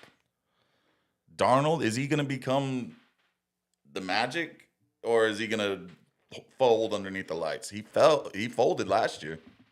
Oh yeah, I think I would expect to see absolutely. But I'm going ahead. I'm more. going ahead of schedule. We're still on the Jags bill. Trevor Lawrence has been putting up a buttload of points lately. He won some fantasy leagues for some people. Yeah, on this 8-game win streak they're on, you're starting to see another guy that was 1-1 overall. That offense started rolling, putting up 30 plus points a game the second half of the season. To me, as this game is about Buffalo, and that's the end of the story. The Josh Allen not having the prospect of Lamar Jackson or Pat Mahomes ending his season. Yeah. He looks across the AFC and says, I'm the most decorated, accomplished quarterback still playing football. Yeah. If this is not the year we make a Super Bowl run. That pressure. Right. Pressure is real on him right now. Not only the pressure on him, homeboy, Sean McDermott, the head coach. Oh, he's out if they lose this game. He's out. He's out.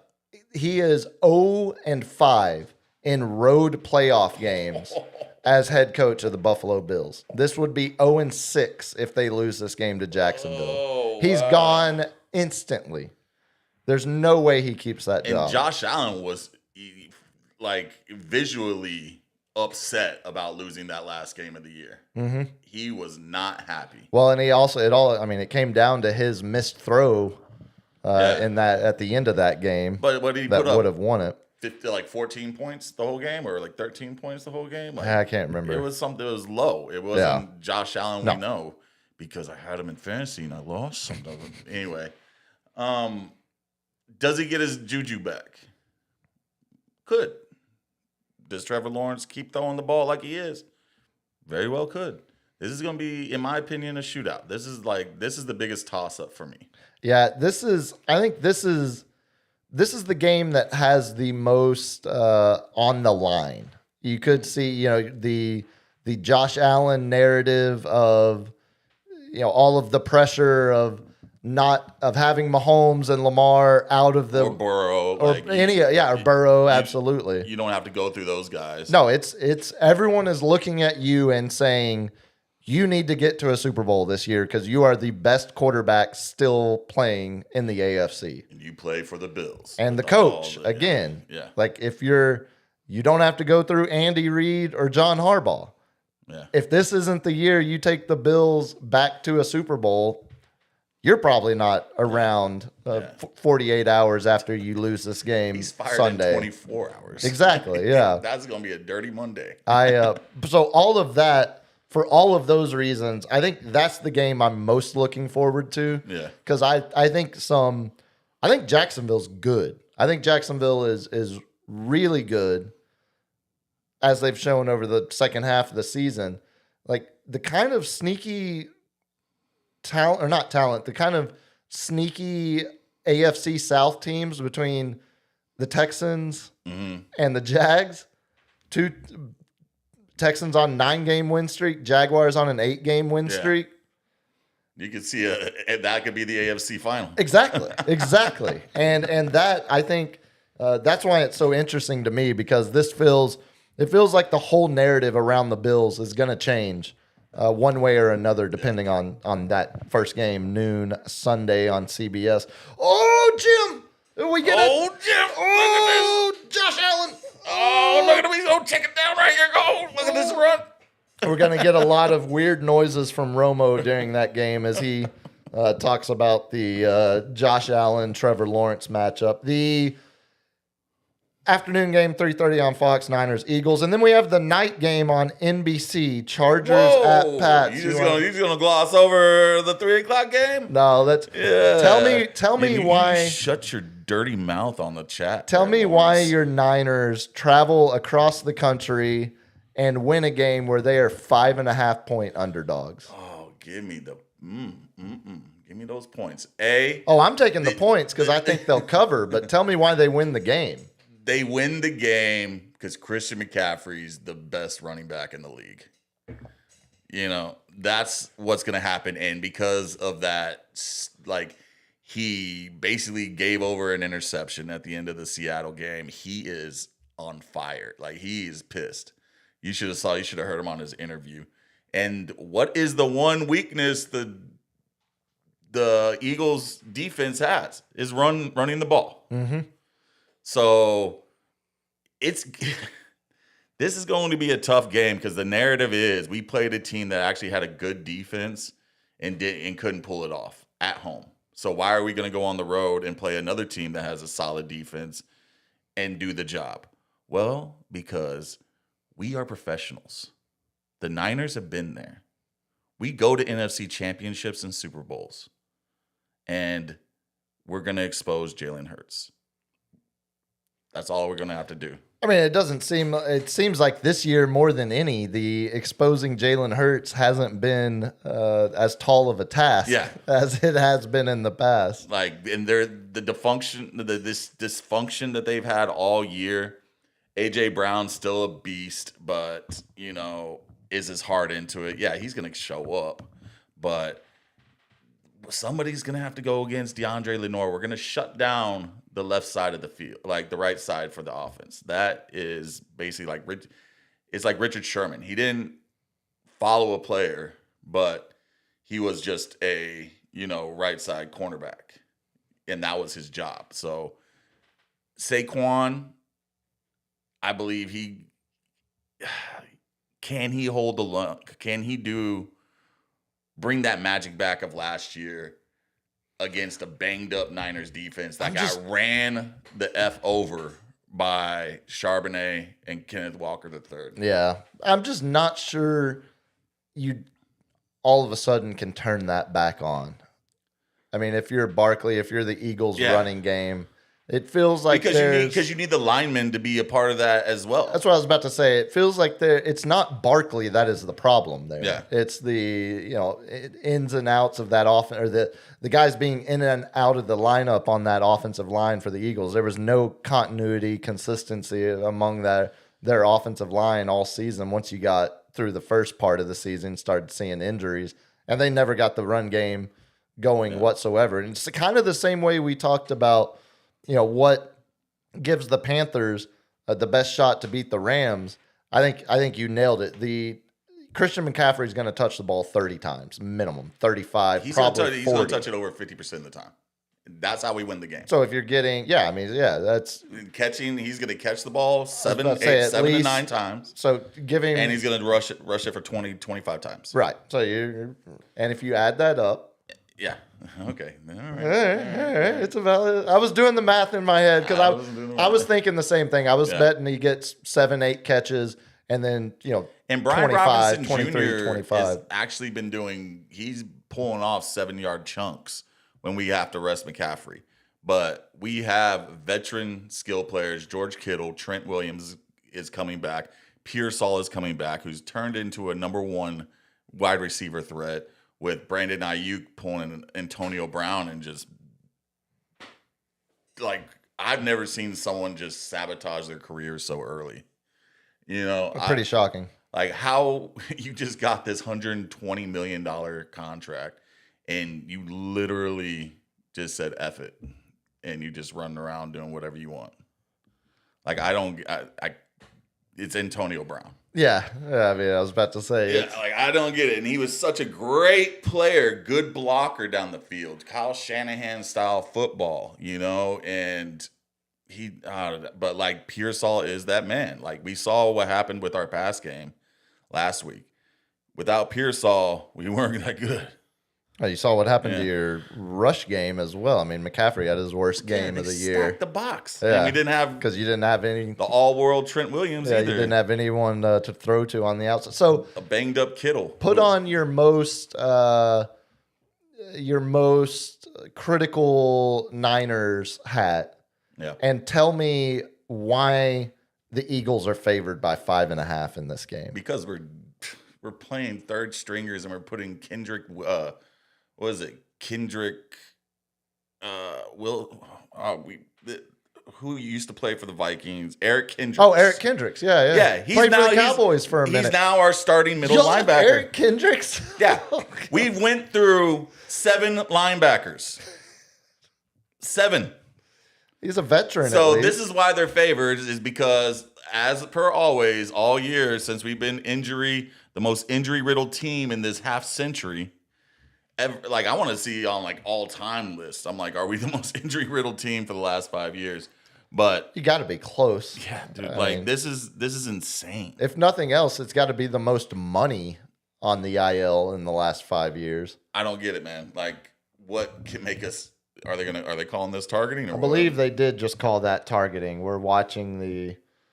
We still got the Ole Looks Miss like- Miami game. Helmet to helmet. Yes, but he was showing the shoulder, and he's not defenseless. Yeah, he is at that position, isn't he? Going across the middle. Don't they rule that a But defenseless? he's watching it. Like defense is like when you don't see it coming.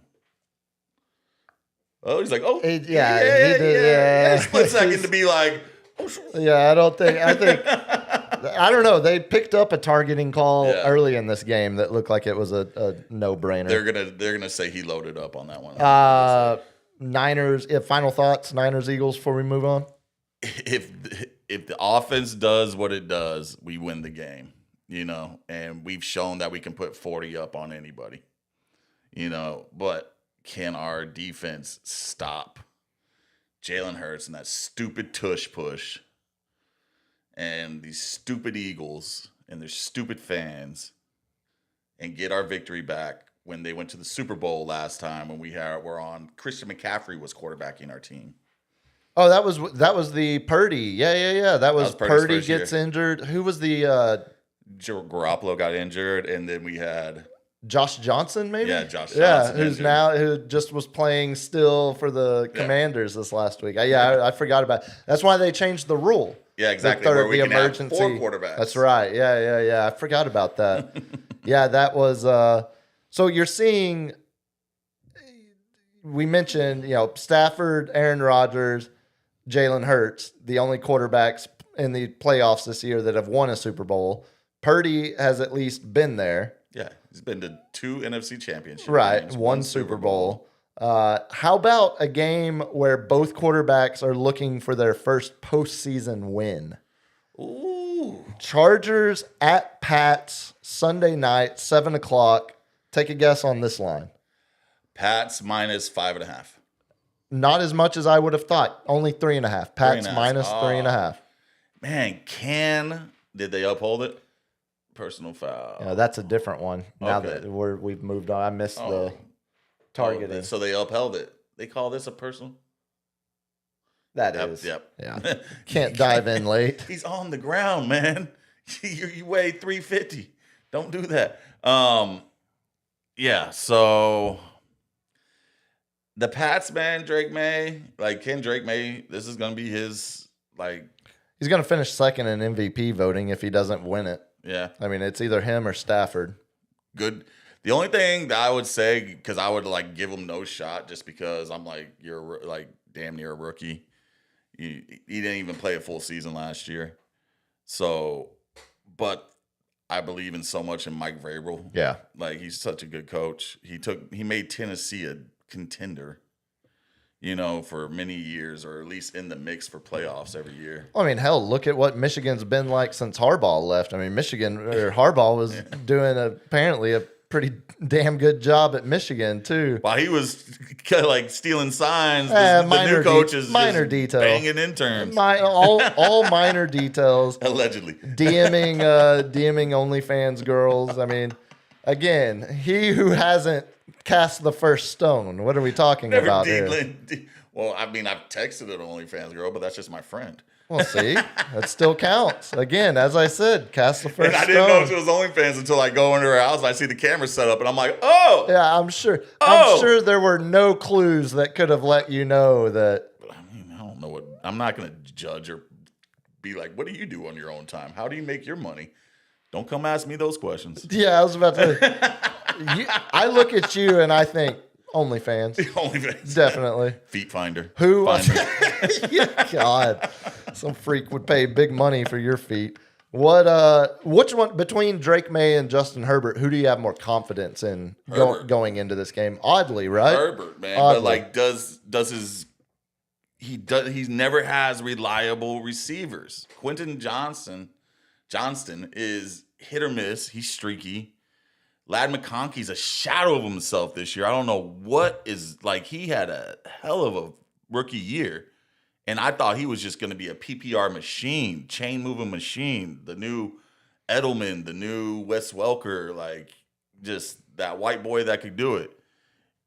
He's been missing, MIA, but they got the rookie tight end Goldston. I don't know how to say it. Gadsden. And old man Keenan Allen, who can, he's supposed to have the best hands in the game, but I've seen him drop balls. The irony of this game, the Patriots were the only team that went undefeated on the road this year, and they're playing a home playoff game. Yeah. I do. Do you buy in? How many? But they've only played 3 teams with a winning record. Oh yeah, no, their schedule's soft. If you Yeah. actually look at it, it's incredibly soft. It was Charmin. Yeah, I mean the difference between the Patriots 14-3 record and the Chargers 11-6. I don't think it's that much of a difference The if you Chargers look played at the Chiefs. They played the Texans. Well, and they the Chiefs were but Well, they played the Chiefs in the beginning, the first year, game of the year when we the didn't Brazil realize. game. Yeah. And they won that game, right? Yeah. They did. Yeah, the fun. I don't think I wouldn't have known this until I read it earlier. The Chiefs' defense gave up the least amount of passing yards this regular season. Because you could just run all over them. Well, okay, minor detail, but a team Why are like you going to throw the ball when you can just run it down their throats? well, that's not going to be great for the Chargers Sunday going up against Henderson and Whoa. yeah. I love And me some Stevenson. Henderson. Stevenson, he's a banger, and like he's like the Rico Daddle, in my opinion, where nobody believed in him, and he just has a chip on his shoulder now. Yeah, that's a fair because they comp. drafted Henderson. Was it first or second? The second round, I believe. Yeah, I think he was second. Yeah, but that's high in football standards now. Well, high in running back standards. Yeah, running back. I meant yeah. So you only get one running back in the first round. So I think can they stop the run and make them throw the ball? Can Herbert pull off some magic? I believe in Herbert. I believe in Jim Harbaugh. That's going to be 2 great coached games. I tend to think that this play is going to, or this game's going to come down to us being in here on Tuesday saying, I can't believe Mike Vrabel did that, or I can't believe Jim Harbaugh did that. Like it feels like it's going to There's going to be some fake punts. something like that. Yeah, it's a Why go for 2 there? right. Exactly. Yeah. Something weird like that. You're going fourth and 7 on your own 30. You're like, what? I also I see Jim doing that more than anybody. Oh, for sure, yeah. More than John. Yeah. I think there is some truth to the idea that, Herbert's 0-2 in the playoffs so far in his career. Drake May making his playoff debut. Two guys, very little playoff experience. They're going to watch both the games on Saturday. They're going to see the games going on before them on Sunday. Mm-hmm. By the time you get to Sunday night, primetime playoff game, I kind of think one of these guys is going to S himself on live TV. Like, I think we're going to see a really, really bad performance. This doesn't feel like a shootout to me. This feels like one like of these guys. a running game. And that's where I think who's going to get the most turnovers. As good as Drake May has been this year, and I'll probably eat this on Tuesday when we get in here and he throws for 370 and 4 touchdowns. But it feels like Drake May is more likely to struggle. Mm-hmm. New England's more likely to rely on the run game, and Vrabel's more likely to rely on their defense. Yeah. So I think you're potentially going to see a Patriots team that is just trying to find any way to win or get points on the board, which is what makes me think it could be a weird, like Vrabel, I can't believe you did that situation. Dynamic type thing. Yeah. Like Herbert puts him in a position to be like, oh my God, he completed through a 70-yard bomb. He's got that arm. He's got everything you want in a quarterback. He can run the ball. He can throw the ball.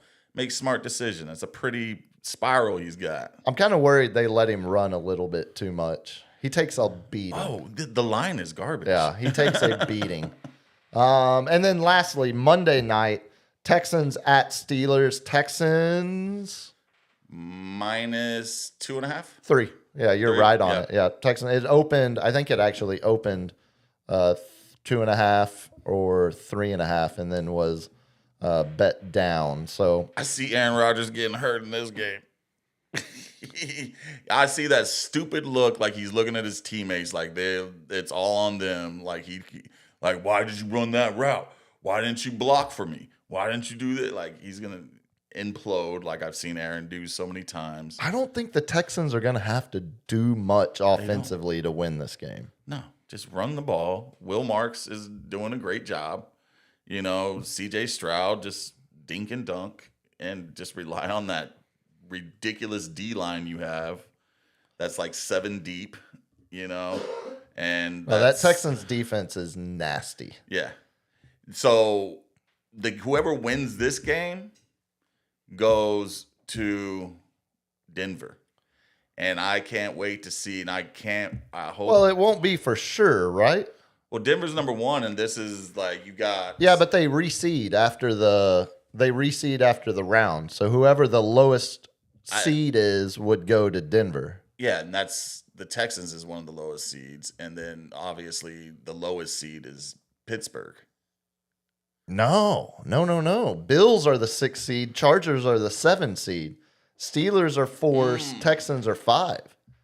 So if the Chargers beat the Pats, the Texans Chargers went up that much. Yeah, they won 9 straight games to close out the year. Yeah, well, if the Chargers beat the Pats, they go to Denver. If the Bills beat the Jags and the Pats beat the Chargers, you're probably about to lose Saleh again the second time. Yeah, I've already seen the writing on the wall. Look, we're not going to spend a lot of time.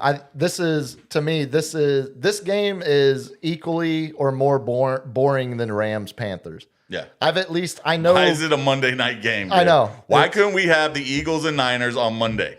Like, give them rest. Because the networks know that the Steelers are going to lose this game, and they want to make it all about Aaron Rodgers. He had such a great career and an homage, and Collinsworth just slurping him up, dude. Well, it'll be Troy slurping him. It'll be Troy and Joe, because this is the ESPN Monday night game. I hope Troy gives him the business. I love it when he gives quarterbacks the business. It's pretty fun.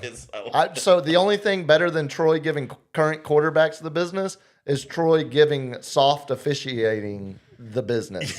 Talking about, let's just put skirts on them while we're at it. I don't know. I don't even know why we still call this football. What are we doing out here? Yeah, he's like, this is ridiculous. Oh, and another missed Oh, but that's pass interference. Yeah, for that's sure. got to be pass interference, Yeah. right? Or did he get the ball anyway? So Yeah. under 7 minutes left in the college game. Ole do the Miss pick'ems. has the lead 19-17. Let's get our picks in so we can close out. We're going to go over 2 hours. I knew this would happen. God dang it. We're gonna be close. We're going to be close. All right, we'll go fast. Rams at Panthers. You pick first Give me because the Panthers you are and leading. Panthers and the points. Yeah, that feels... Hey, Miami. Cheerleaders, huh? Oh, I thought it was, what's her name? The porn star that is... Mia Khalifa. No, not me.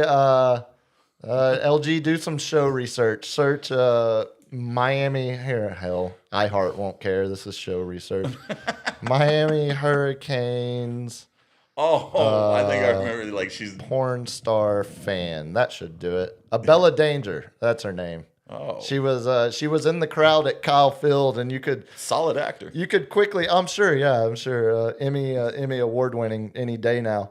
You could see the amount of people that were reposting the screenshot, and it'd be like, "Is that who I think it is?" It's like, bro, you need step outside a little while. Like if you're picking out random porn stars in the crowd at a college football game, like go to a bar, talk to people. I was like, "There's more OnlyFans girl than you realize. They're all porn stars." Right. What is like?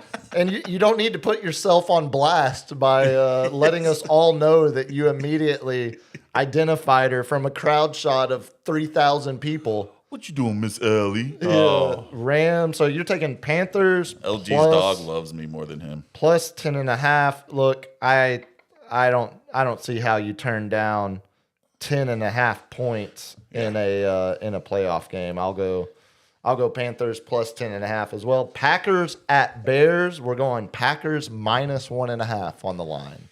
Coin flip. He gets because Odunze. What a run, Tony Malachi Tony. Oh man, he's gonna be a great NFL star. He's gonna be a Debo. Yeah. He's gonna be that switchblade. Coin flip, but Odunze comes back. Caleb Williams, home field. I go Bears. And again, another underdog that you are picking, Bears plus 1.5. Yeah, I mean, You're gonna have to pick some different teams to win, buddy. I think I know where I'm going. I've got time. I've got time. You got time? All Because right, we have 6 games this week, 4 games next week, 2 games, and then the Super Bowl. So we got 13 games left to pick. I'm only down 3. I don't have to get crazy here. Get crazy. I don't have to. I should have. It's wild card weekend. If the Bears hadn't recovered that onside kick, the Packers win that game. Yeah.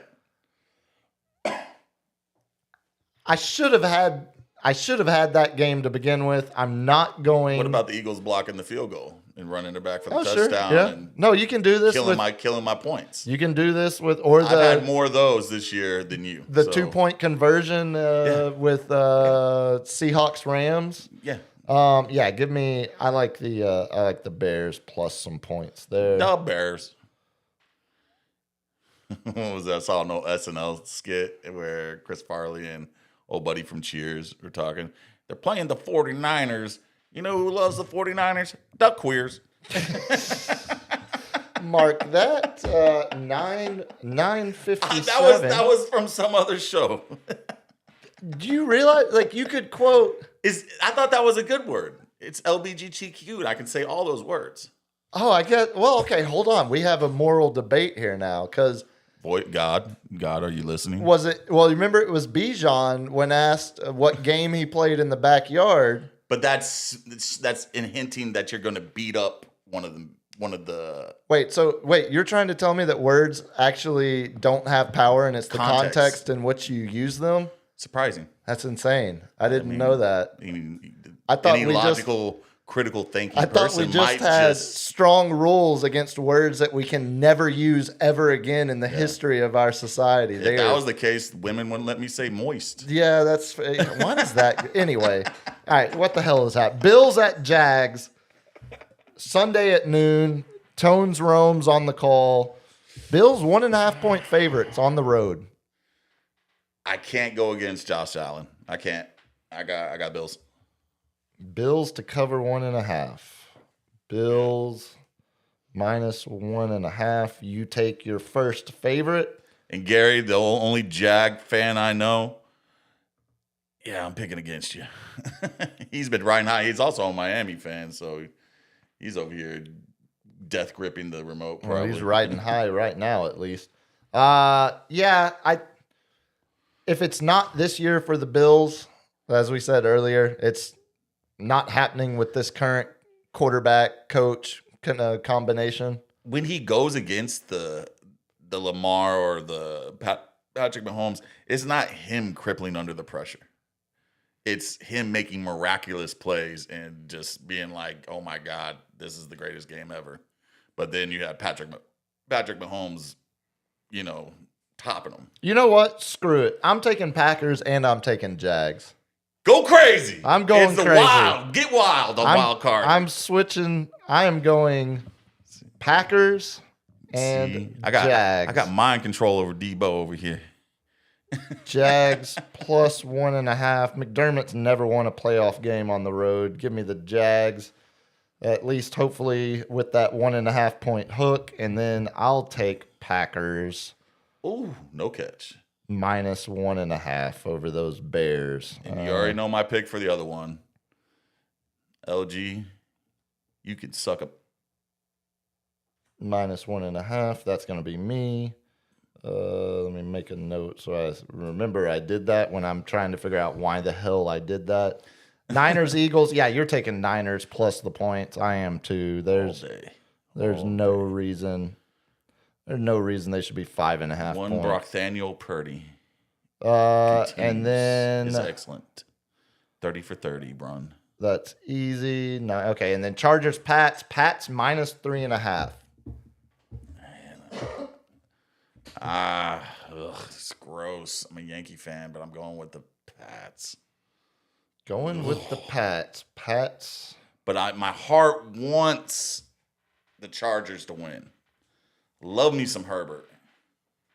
Well, It's just that line, and he's got a banged up left hand. Just Foxborough at night. Yeah, Yeah. I think Vrabel finds a way to get it done. Despite I think we're sitting here thinking it's Chargers either are going to be Chargers are ahead of schedule. it's either going to be Vrabel. I can't believe you did that, or Vrabel, you glorious bastard, genius move to do that. Yeah. It's going to be probably what decides that. And then lastly, Texans at Steelers. The Texans. Yeah, Texans -3.5. That's why I changed that Packers pick, because I realized we were going to pick. It would have been better if it was Baltimore. Thanks, Tyler Loop. Yeah. Texans -3 and 3.5. Get that hook right. And then you're taking the Texans. Okay. So we agree on Panthers to cover. We agree on Niners to cover. Look at the coach. They just called a pass interference on 4th and 8. We agree. 4:14 left. We agree on Pats, Texans. So we have, I have Packers, you have Bears, I have Jags, you have Bills. Yeah. We shall see. We shall see how it goes down. First game Saturday, 3:30. You want to do some lightning round? Get out of here. That's it. Hit me, LG.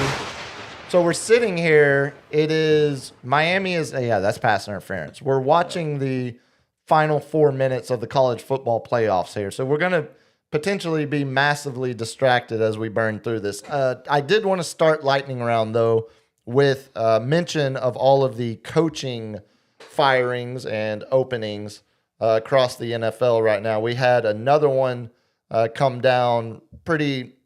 Not surprising that he ended up getting fired, but surprising that they didn't do it earlier this week. Mike McDaniel gets let go by the Dolphins. Of course, the big one was Tuesday. Tuesday when John Harbaugh got let go by the Ravens. So Surprising. all of a sudden, John Harbaugh became the best available. I think you would he say. sits out a year? No, I think he's jumping He's gonna right hit. back in it. Because he's got the pick of the litter. Yeah. Like, even if one of the teams. Okay, let me ask you this. What is the pick of the litter? What do you think the best job opening right now is? Well, the best job opening is the Ravens, but Right. John Harbaugh's But he's gonna not go going back there. Best job opening for John Harbaugh. Not the Raiders, Not the Jets, not the Browns. At least the Raiders, you're getting your pick to get your quarterback this year. Yeah. Touchdown. Touchdown, Ole Mississippi. Miss. That's a lot of time, though. So what is it? 19. So 6 gets them to 25. They're going for 2. Got to go for 2. Make it a 3-point game. Ooh, Yeah, this is a big play. Yeah. Raiders, and then I guess maybe Miami, but they're not gonna have like. I think Miami is the. I think Miami You is. got A-Chain that like. I think Miami is potentially a worse job than Cleveland is right now because you're stuck with Tua, all the dead money on his Tua's deal. gone. But you're Yeah, dead money. Yeah. the financial ramifications of moving on from him. So- you don't have the high draft pick to get your new quarterback. You're basically in a transition 1 or 2 season, 1 or 2 year period. The Miami job to me is just as bad, if not worse, than the Arizona job. It's the same situation. You've got Kyler. You should probably move They on. got the 2. Got the 2 point for Ole Miss. You should probably move on. This is why, honestly, this is why I think he sits a year. Why go get a bad resume whenever you can sit a year and Miami or Arizona can get that number 1 pick and may possibly get a Manning? How convinced are you Jackson Dart is a franchise quarterback? Stays healthy, man. He's a gamer. New York's not a bad job if you're John Harbaugh. You go in, yeah? you immediately forgot about New York. you tell the Giants fire Joe Sheehan, however you say his name. They got a good A DL. longtime GM. It plays right into John Harbaugh's style of play. You've got the defensive pieces. You got a runner. You think exactly. If Scottaboo stays healthy. Well, and you've got a runner in Jackson Dart who can Yeah. replicate some of what Lamar Jackson did if you That want to would run be a that. similar. So you answered offense. the question right there. That's the most desirable job in New York. For him, I think it is. Giants, not Jets. Right, Giants. Yeah, I think Not the Jets. that is the answer. There is some part of me that if I'm John Harbaugh, I would be interested in either the Titans or Raiders. If I liked what I saw from Cam Ward on tape, if I'm John Harbaugh, I would Yeah. walk in there and say, look, I've got my franchise quarterback. Yeah. They're going to give me a couple years to build this But up. is Mendoza coming out? Like he said he's staying. Oh, Mendoza's coming out. The question He is, said he was the staying. question is, will Dante Moore from Oregon come out? That's the one that is okay. the big question. But if you like either Mendoza or Moore, and then you take the Raiders job and you're getting your quarterback at 1-1, I think that's what makes those jobs more desirable. Young quarterback. It's the most important asset when John Harbaugh is looking for a new job. Any of the names surprise you that got let go? No. I mean, Stefanski, 2-time coach of the year, but Yeah. felt like his time with Cleveland had come to an end. He has no. I mean, you have Deshaun Watson on your depth chart. If you were the Ravens, would you have split with Harbaugh at this point? Kind of just feels like you've had your chance. I think. Yeah. I mean, 2 Super Bowl victories. I don't know. Like everybody wants them. Like, are you gonna get someone better? That's the thing. And whoever you're going for has got to be an offensive guy to pair with Lamar. Yeah. Because you're wasting Lamar's prime Exactly. right now. So I think that's what they're looking at is like who's more valuable, Lamar or John right now to our franchise and to the business, and it's definitely Lamar. Which job would you rather have between if you were one of the other coaches available? Who would you rather have, Baltimore or any of the other jobs? It's Baltimore clearly, yeah, right? Clearly. Yeah. Lamar Jackson. Yeah, no question. Yeah. Hit me, LG. You want to do the show ender? Let's So I got one more. The only other Okay, go thing for I it. had. So I had the Alamo Dome announced another huge show Yes. earlier today. So September 23rd, Bruno Mars is coming to the Alamo Dome. I love love me some Bruno. You look like a guy that loves. I love me Bruno some Mars. Bruno because this dude got like coke all over his nose. Yeah, He parties. I like to party. He sings about chocolate mushrooms a lot. I noted in the so he's He's a hell of a singer. Yeah, him and Anderson. I like Bruno Mars is my go-to for the ladies song too. I'm like, hey, Yeah, that's some Bruno on most important. So some of the these are the shows that are going to, if you're looking for parking at the Puma residence, these are the shows I think you're going to have to get in quick because parking's going to go. March 21st, Zach Bryan, huge. That show's going to be massive. That'll be 60,000 plus people. yeah. July 24th, AC/DC is still on tour. It's the Power Up Tour 2026. Wow. I would almost want to go like. I want to see. That's like Rolling Stones. Who's gonna stay around longer? Yeah, who has the longevity. And of course, in San Antonio, that'll be a huge show. Yeah. This is just the month of September. Listen to what kind of hell my neighborhood is going to be. Also, when's UTSA football games next September? Because looking at these schedules, Gonna be a lot of road games in the beginning. buddy, I should have done my research. So September 12th, My Chemical Romance, huge tour. It's gonna be all the moms with 5-year-old children. It's it's all of it's all of people our age now taking their kids to MCR. It'd be cool to see My Chemical, but it'd be really, really cool to see Mars Volta again. They're opening for El Paso's own Mars Volta. You're so cool. September 16th, the 2026 World Tour for Guns N' Roses. Whoa, Axel's still singing? So 4 days after My Chemical, you're getting Guns N' Roses. A week after Guns N' Roses is the Bruno Mars show. And then September 29th is Iron Maiden. Like, dude, Man. if you put them all together, you're spending about $550, Yeah. maybe 600 after You get Ticketmaster a fees or September whatever. Master Pass or something. Right. That's what we need to talk to our friends at the Alamo Dome. If can't, Maybe you sell like a September pass for parking on Puma's lawn. now we're talking. Instead There of you go. 20 a show, Give I'll him cut little you a lanyard. deal. Give him a little lanyard. 20 a show, it would have been 100. I'll do it for 95. Yeah. And you're here. All right, hit me, LG. I said I would take the fine if this is going to be a copyright. What's up, Zeb, with the $10 super Hey! chat? The champ who broke my heart this year. Fantasy. I'm not taking the bait on this. I only played NBA fantasy over fantasy football. You know how to work the system. Zeb's a hoop head. All right, buddy. Good to hear from you, old Zeb.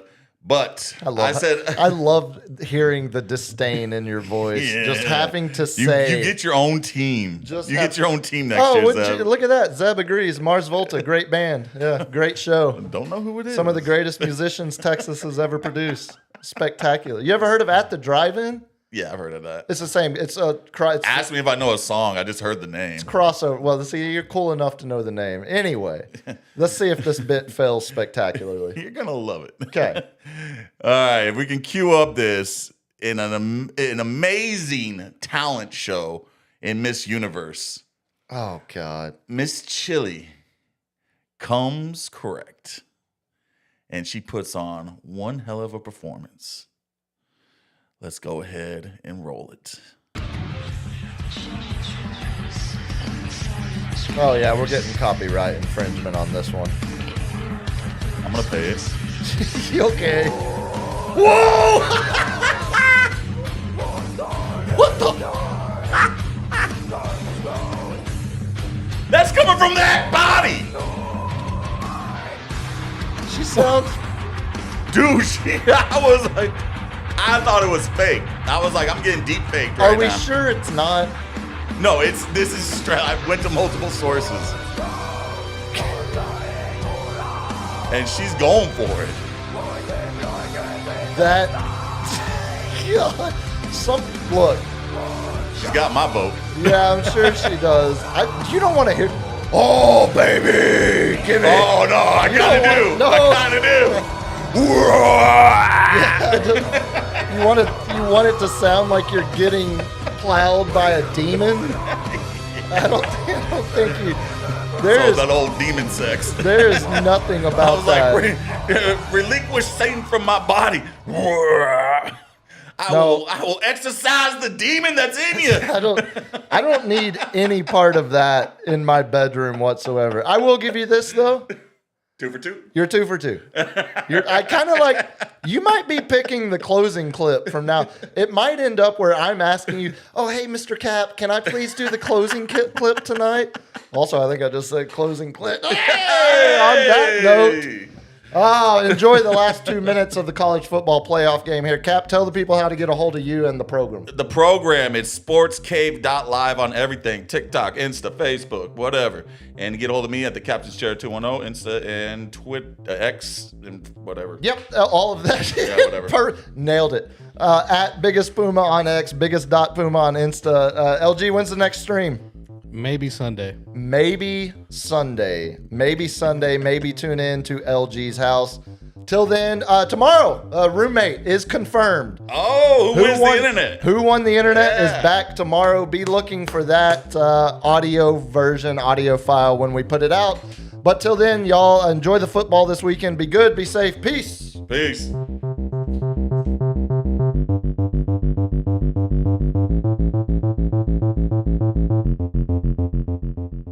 Kids, what do we say about drugs?